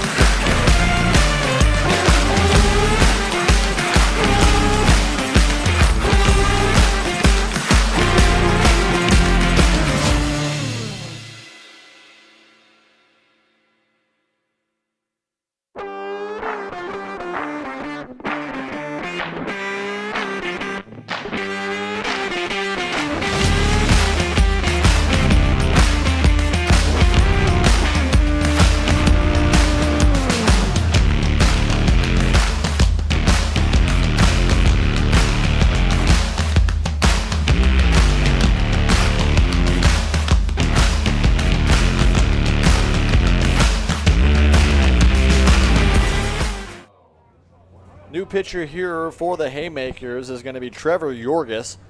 Yorgis going to come in somewhat cold after playing first base, but kind of the only option right now is Connor Burris really struggled to start off the inning. Still nobody on here and bases loaded. Two singles, a bunt error, and a 5-pitch walk. Now have Manny Fragoso up, the second baseman, number 22. As you said earlier in the broadcast, that Yorgis is one of the guys who goes to Graceland. This one bunted down the first base line. Going to be a hard squeeze. Yorgis will throw into first. It is a close play. It is in time. The Black Sox will take it out for a run. Darius Hagan comes in to score. And now with just one out, still 2 runners in scoring position. We flip the lineup card over. The Black Sox add one more. It's an 8-4 lead for them. As there at least is a righty, at least playing catch out there near the bullpen. We'll see if they want to at least get somebody a little more warm than Yorgis. Yorgis has been the one guy that's kind of been out of the latter piece of the bullpen for the Haymakers this season in 3.2 innings work this season. Just 2 hits. Has not allowed a run coming into this one. That's the first one right there. And did have a save back on June 28th against the Crop Dusters. 1-0 pitch coming here. That one way outside for ball 2. Third pitcher of the day for the Haymakers. Cole Warner went 4 innings pitched, allowed 5 runs, 3 of them earned, 6 hits, 6 strikeouts, and a walk. And Burris right behind him. 1+ inning of work. Allowed 2 runs, could allow 2 more on top of the one we just saw. If Yorgis isn't able to get out of it, there's a 4-pitch walk right there to Stephen Larkin. Yeah, just not what you want to see, but it still at the beginning of Yorgis' pitching ring. Yeah, again, definitely a longer time for him to get warmed up. It's honestly trying to get warmed up as he's throwing currently. They had to come in pretty quickly. Stephen Larkin walk will have bases loaded back once again. It'll bring up the shortstop Peyton Blinn. Oh. That one's inside, almost hits Blinn. And the bench yelling at him a little bit. Allow him to turn the cheek a little bit and let him hit that one. A run would have brought in. Blinn kind of jumped out the way there. Blinn 0 for 1 on the day, but does have 2 walks. Walk back in the first and walk back in the 5th. He has really kept the bat on his shoulder the majority of the time. 2-0 pitch is outside for ball 3, and now Yorgis in jeopardy of walking in another run here in the 6th. 4 pitch, possibly, but definitely not what you want to see for the Haymakers pitching staff, who's been one of the deepest pitching staffs truly this season. 3-0 pitch. That one grazes the outside corner for strike 1. Borderline. And definitely a hard call in the outer half, but Yorgis will take it. Definitely no green light right there for Peyton Blinn.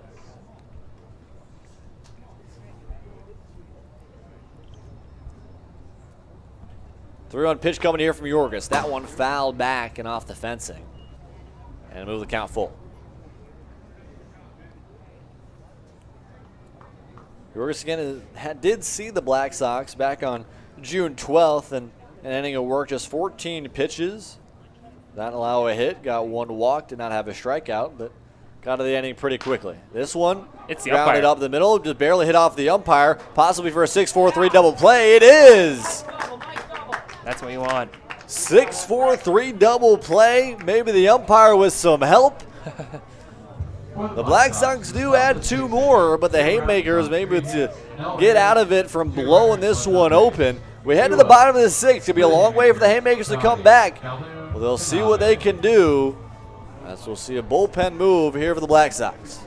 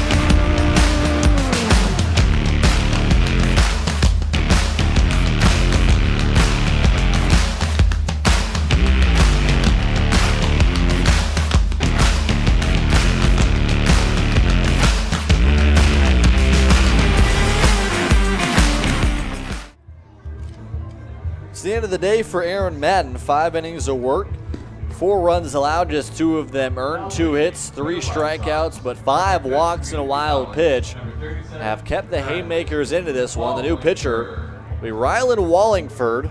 Wallingford working in just 6.2 innings of pitch this season. He's mainly been out of the bullpen, or excuse me, entirely out of the bullpen for the Black Sox so far this season. In 6.2 innings of work, a 6.3 ERA and a 1.80 whip, 7 strikeouts compared to 5 walks. From McCook Community College. And McCook Community College, actually see a kid from both of our high schools. Alex, you going to prep, and myself just ended off at West Side. Jackson Yeager going to go play baseball at McCook. Martell Evans. Yep, a basketball player for Creighton Prep will be headed to McCook. As Wallingford tried to get Jackson Doty to chase, he did not. Doty today walked back in the second, struck out in the third. He's found himself ahead 2-0. There's a ratty up in the bullpen now for the Haymakers. See how long they want to go with Trevor Yorgis. And Wallingford falls behind now 3-0.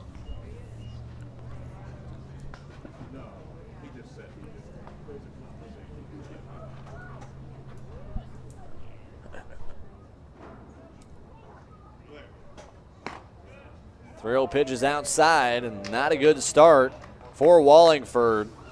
4-pitch walk right there to Jackson Doty. He reaches base for the second time today. Now batting, the left fielder. We'll see now the 6-hole guy, the left fielder, number 31, Chris Calhoun. As just one batter, Coach Sunigal's already to come out and talk to his reliever. Yep. Not the best sign you want to see on your first at-bat. 4-pitch walk is not your cup of tea. Sunigal going to talk and possibly help him down a little bit, calm him down a little bit, maybe some nerves here in this spot. Still a 4-run cushion for Wallingford and these Black Sox. With just 6 outs to try to get to end this one off up against the Haymakers. These two teams have fought back and forth for the 2 spot all season long. See, Wallingford now delivers that one foul and out of play. Working on Chris Calhoun. Calhoun mentioned 0 for 2 in the day, line out to left fielder. A really amazing play going down to his knees. Yeah. Was Darius Hagan back in the second, then a ground ball and a splits play by Manny Wells back in the 4th. This one swung on and missed. Right through it was Chris Calhoun. That's what you want to see, though. You're going from 4-pitch walk and now 0-2. That is an improvement. And now check back at Doty over there at first. Doty was entirely in the mind of Aaron Madden back in the back in the second. After a 5-pitch walk, had him jumping around and trying to work around Aaron Madden. See a strikeout right there, Chris Calhoun. A great way to bounce back, and maybe something in the talk right there from Coach Sunigal.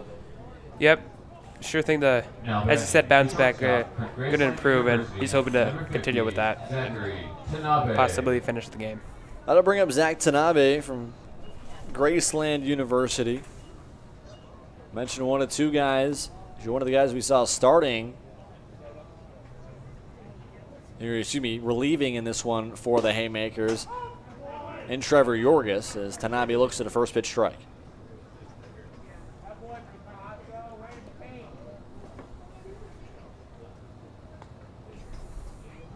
Wallingford checks back at first. Doty with a cautious lead, about 2 to 3 steps, jumps back off. Tanabe will lift this one foul and out of play.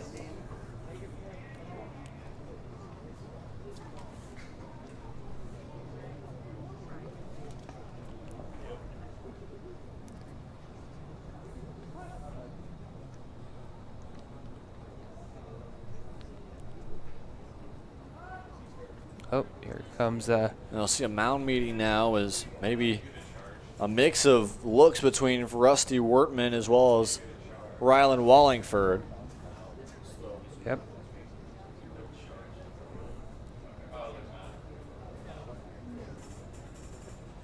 Tanabe from Waipahu, Hawaii.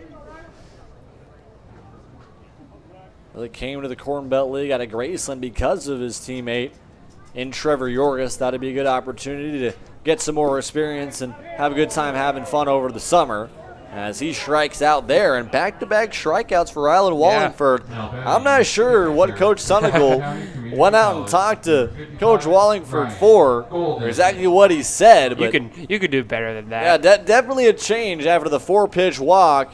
Back-to-back strikeouts and 2 outs here in the 6th. There's now a righty up in the bullpen here for the Black Sox. Maybe possibly seeing Wallingford as a setup guy and allowing another guy possibly to be the closer. Still Doty over there at first. Wallingford working now on the catcher Ryan Golden. And a throw back to first. Beautiful pick right there by Brandon Sweeney to keep it in front of him.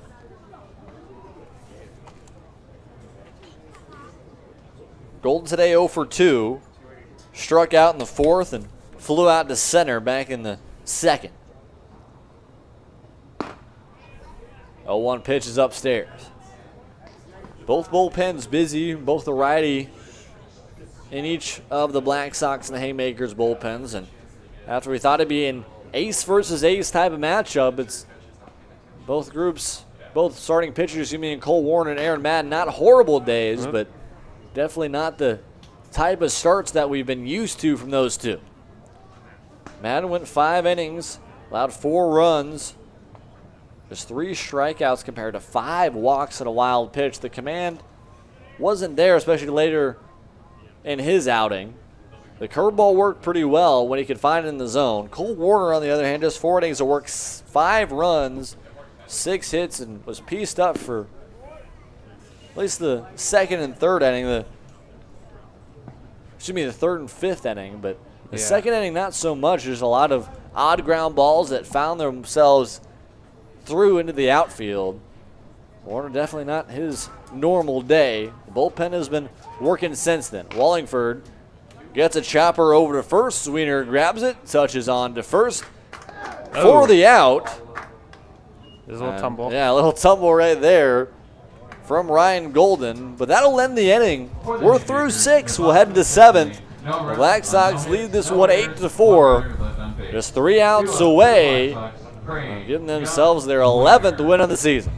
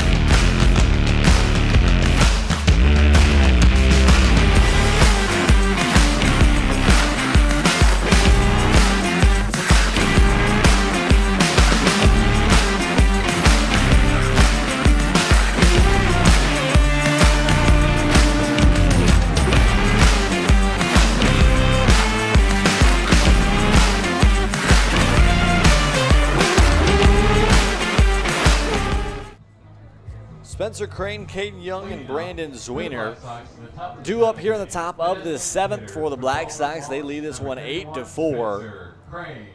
3 runs in the 3rd, another 2 in the 4th. You add on 1 more on the 5th and an additional 2 in the 6th. That's their 8 runs so far today here for the Black Sox. Spencer Crane was a helpful piece in the 3rd to bring in 2 of those 3. A 2 RBI single brought around both Caleb Horton and Manny Fregoso. He's 1 for 3 on the day. Did strike out back in the 1st and flew out to left back in the 5th. Yorgis still out there pitching, I think. Yeah, Trevor Yorgis now in his 2nd inning of work in relief, had to come on kind of in desperation as Connor Burris was really struggling to start off this past inning. It could have been a way worse of an inning. Just 2 runs come in for the Black Sox, and a lot of people say, hey, that's still a strong inning, but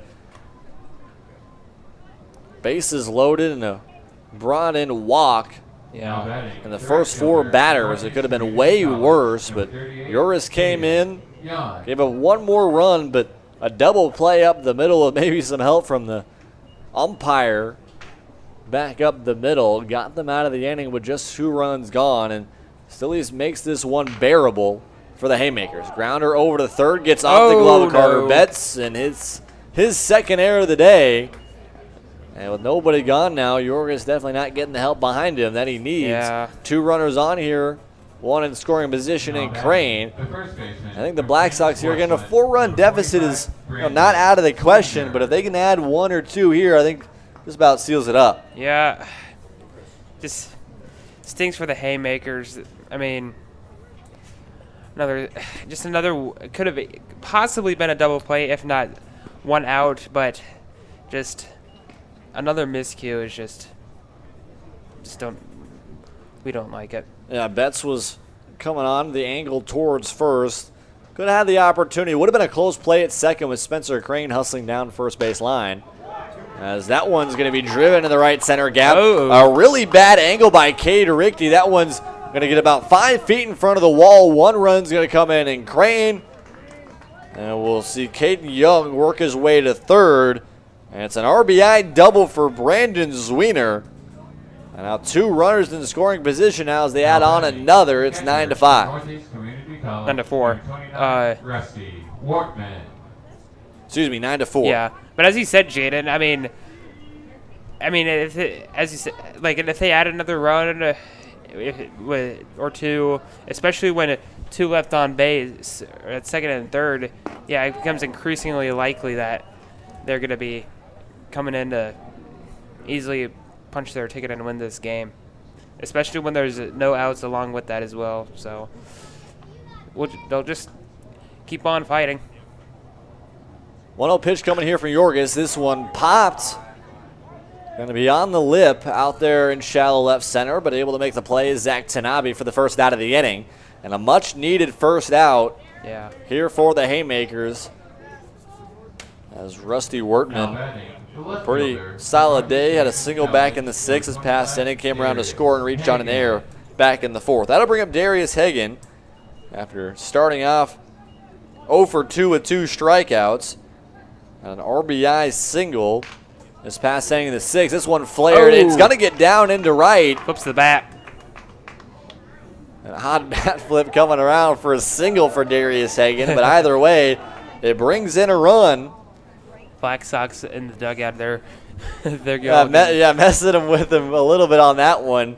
Never really seen a bat flip on a flare out to right that barely got over the second baseman's head. But either way, runners to the corners here. And it makes it double digits here for the Black Sox. We mentioned the insurance runs that'd be needed to maybe make this one out of reach, and I think you got to be a lot more comfortable. Even with 4, you can be still comfortable if you're Ryland Wallingford, but the Black Sox have opened this one wide up. A 10-4 ball game. That'll bring up one of the best men we've seen here today. And I arguably say 3 for 3 with 3 singles. It's Manny Wells. He falls behind now 0-2.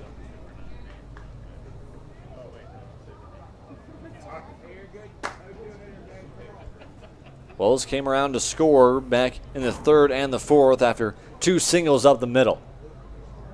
Yorgis will go back to first and make sure that they keep the runner over there at bay.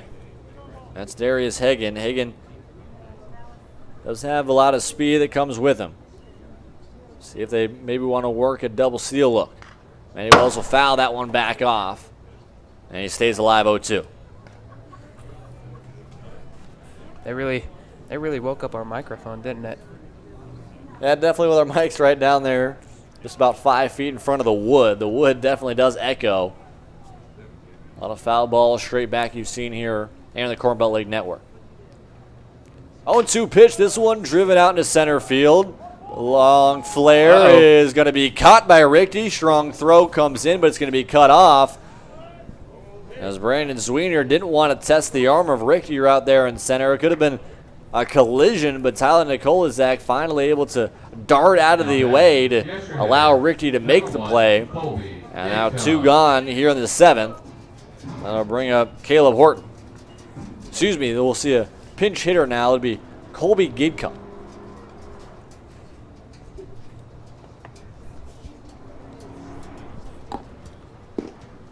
First pitch to Gidcombe is in there for a strike.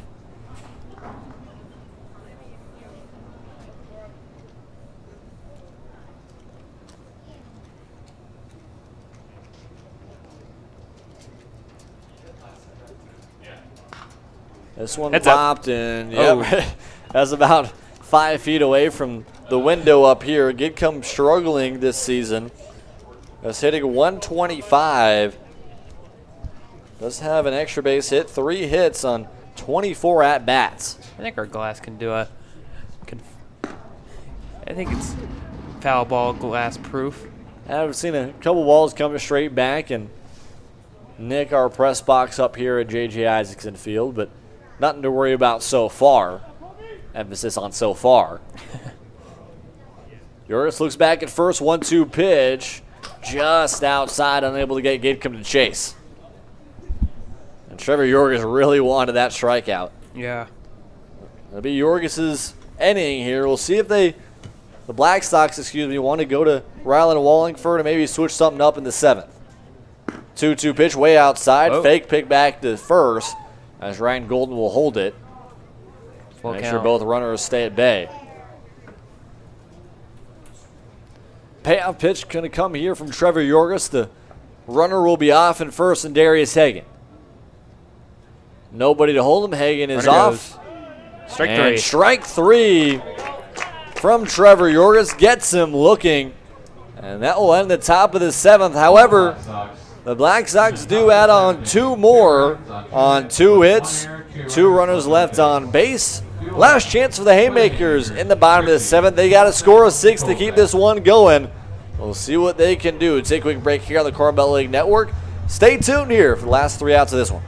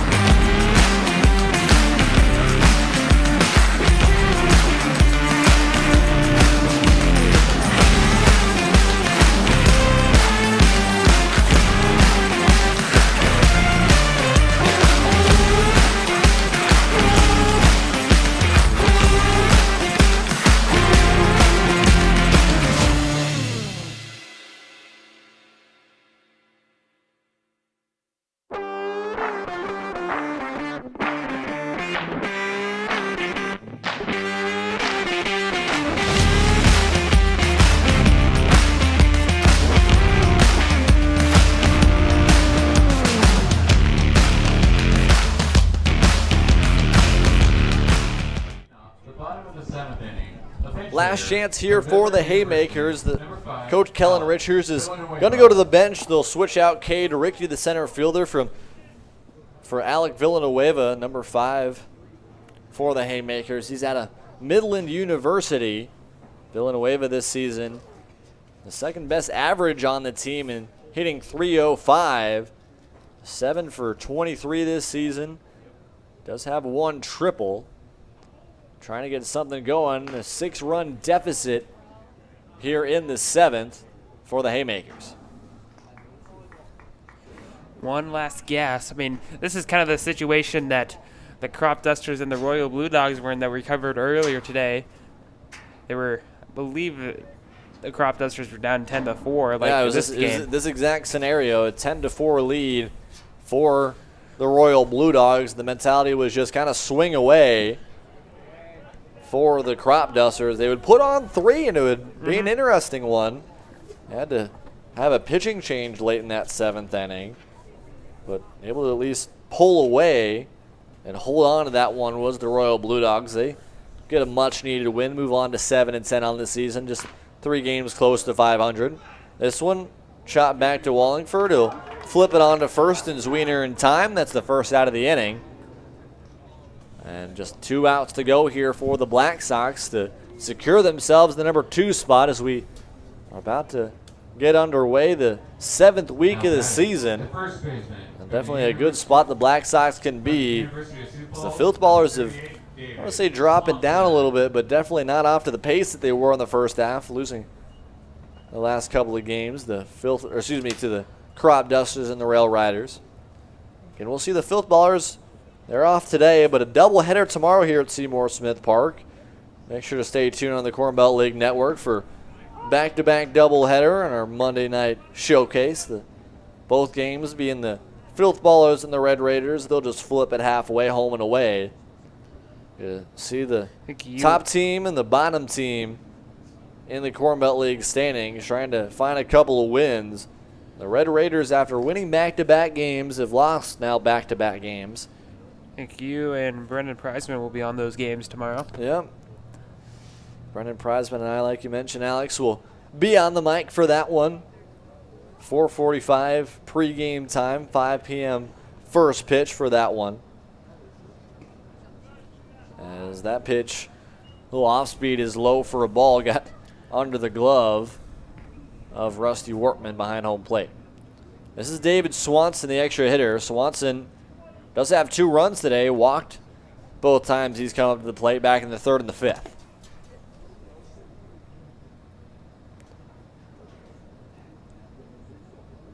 Wallingford now with a 2-1. This one driven into center field. Going to be a long run for the center fielder. Did he make the play? Nope, it dropped right in front of him. Stephen Larkin laid out. That would have been another great catch. I think it was in his glove that just dropped out as he hit the grass out there in center field and popped out of his glove. But either way, going to be a single for David Swanson.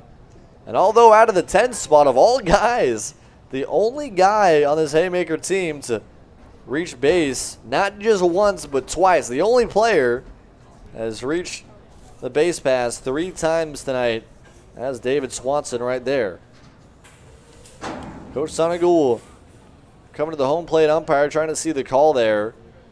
You're just making sure. I think it was pretty clear. I mean, you saw Larkin kind of scruffling around for it, trying to see where the ball was. Definitely popped out of his glove. Would have been an incredible play, an incredible effort to say the least from Larkin.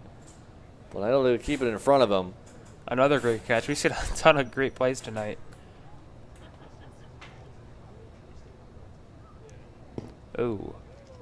That pitch from Wallingford gets away from him a little bit. Maybe, I'm thinking here, you get the first out this inning, then you let up a single. Do we need another coaching talk from Coach Sonigal like we did last inning? After a 4-pitch walk from Wallingford in the 6th, Sonigal came out, not sure what he said to him, but back-to-back right after that, 2 strikeouts and a little chopper over to first, and that was the inning. So definitely some Sonigal magic here in the 6th for this pitching staff. Yeah. I really do wonder what he said, like, do me a favor and throw strikes or something. Knowing Sonigal, I think that there'd be some kind of funny sarcasm there, but definitely a guy that has a lot of fun with his guys, but wants to make sure that this group is developing all summer long. Wallingford looks back at Swanson at first and deals. And a strikeout right there. Third strikeout of the day. Tyler Nikolazak did not like the call. Yeah. But Wallingford and the Black Sox will take it. And a slow walk back, and hey, some words John back and forth, some finger pointing here and there. But either way, the Haymakers now down to their final out, down 6. This is Carter Betts, 0 for 1 in the day with 2 walks.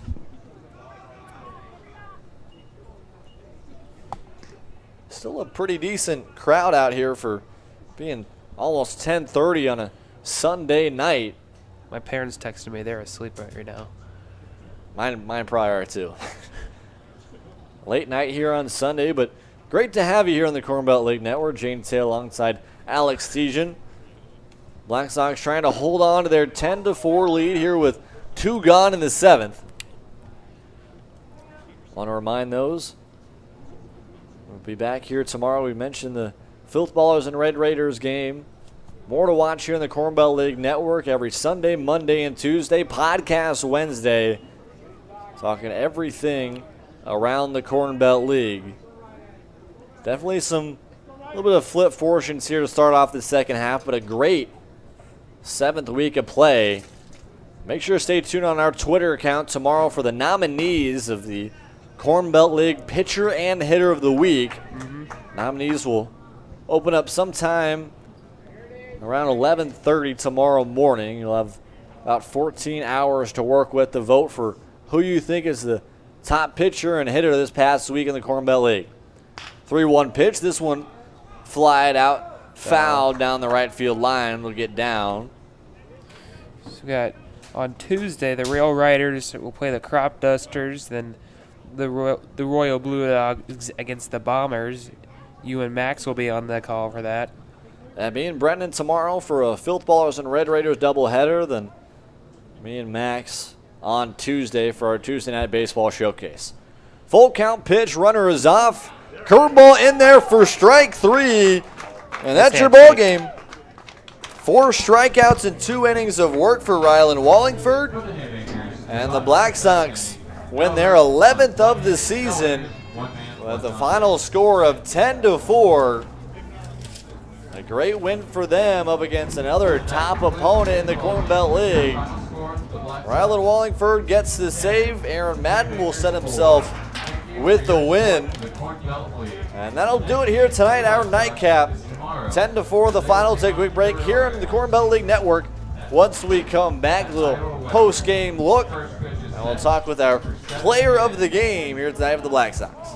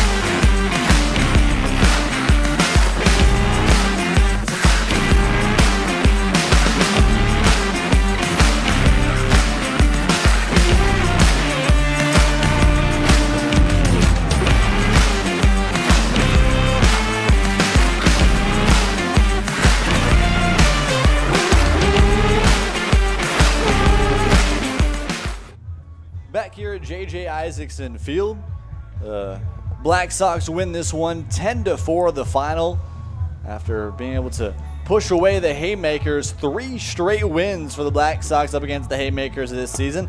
They will meet once again next week for the 4th and final time of the regular season. But I'm here with our Kelly Supply Company player of the game, Manny Wells. 3 for 4 on the night, 3 singles, 2 runs, and a stolen base. Made some kind of split-end defensive plays as well out there at third. But, I mean, Manny, I think the biggest thing, you guys have just had the number of the Haymakers this season. All 3 times you put Aaron Madden on the mound, all 3 times it's seemed to work out. What's been the mindset for you guys up against such a really consistent team this season? Well, Aaron's a great part of it. I mean, he's been pitching well all year. He's truly one of our top dogs, and, I mean, we grind at bats. We make the pitchers work. At the end of the day, they have to work to get us out. We're going to grind it. We're going to work, and that's about it. So I think the biggest thing to talk about you guys today, you majority of the time you're going to see the 3, 4, 5 guys be the ones that have the most production. Today it was the 8, 9, and 10 guys for you. I mean, especially in that 3rd, 4th inning, it was just all about the 8, 9, and 10 guys for you guys. I mean, you know, sometimes you're thinking, okay, you're in the 9 spot. This might be a different spot for me. How have you kind of lived in the bottom of the order for this team? I don't see it like that. I just see it like, I mean, we have 1, 2, 3, and then 7, 8, 9. So we want to get back to those top guys. Sonny has us down there for a reason, to make things happen at the bottom of the lineup. So we don't have any weaknesses at all through our lineup. That's what he wants, and that's what we try to do for him, for real. All right, so I think you guys have just been consistently kind of moving a little bit, inching towards the top of the standings. You kind of solidify yourself as the number 2. You're just 2.5 games outside the filth ballers who have dropped the last couple of the games. You're headed into week 8 of this season here in the Corn Belt League. What do you guys have to do to be able to find their way to make some business up against with the filth ballers? I mean, I think we just press ourselves sometimes when we play them. I think they've been all 3 of our losses, and we just press against them. We got to relax, settle down, and play our ball that we play against everybody else. We shouldn't look at them as a top dog, just another team of the day, playing baseball the way we play it. So you talk about dogs. We're heading to the dog days of late July, possibly early August. It's getting hot. We talked about today 102, 103 degree weather. How have you been able to adjust to kind of this July weather in Omaha, Nebraska? Oh, my pops instilled in me early to hydrate myself 2 days before, 3 days before. So I'm drinking water all day. I got to, or else I'm going to croak over there on second base. All right, thank you so much. Yes, Our sir. Kelly Supply Company player of the game, Manny Wells. Big win for the Black Sox. They win this one 10-4. The final take, that'll be all here for the Corn Belt League Network. We'll be back tomorrow. Filth Ballers and Red Raiders doubleheader. There you go with that one as well. Shout out my mom and my dad back home. Hey, there you go. Red Raiders and Filth Ballers tomorrow. Myself and Brendan Preisman. Have a good night.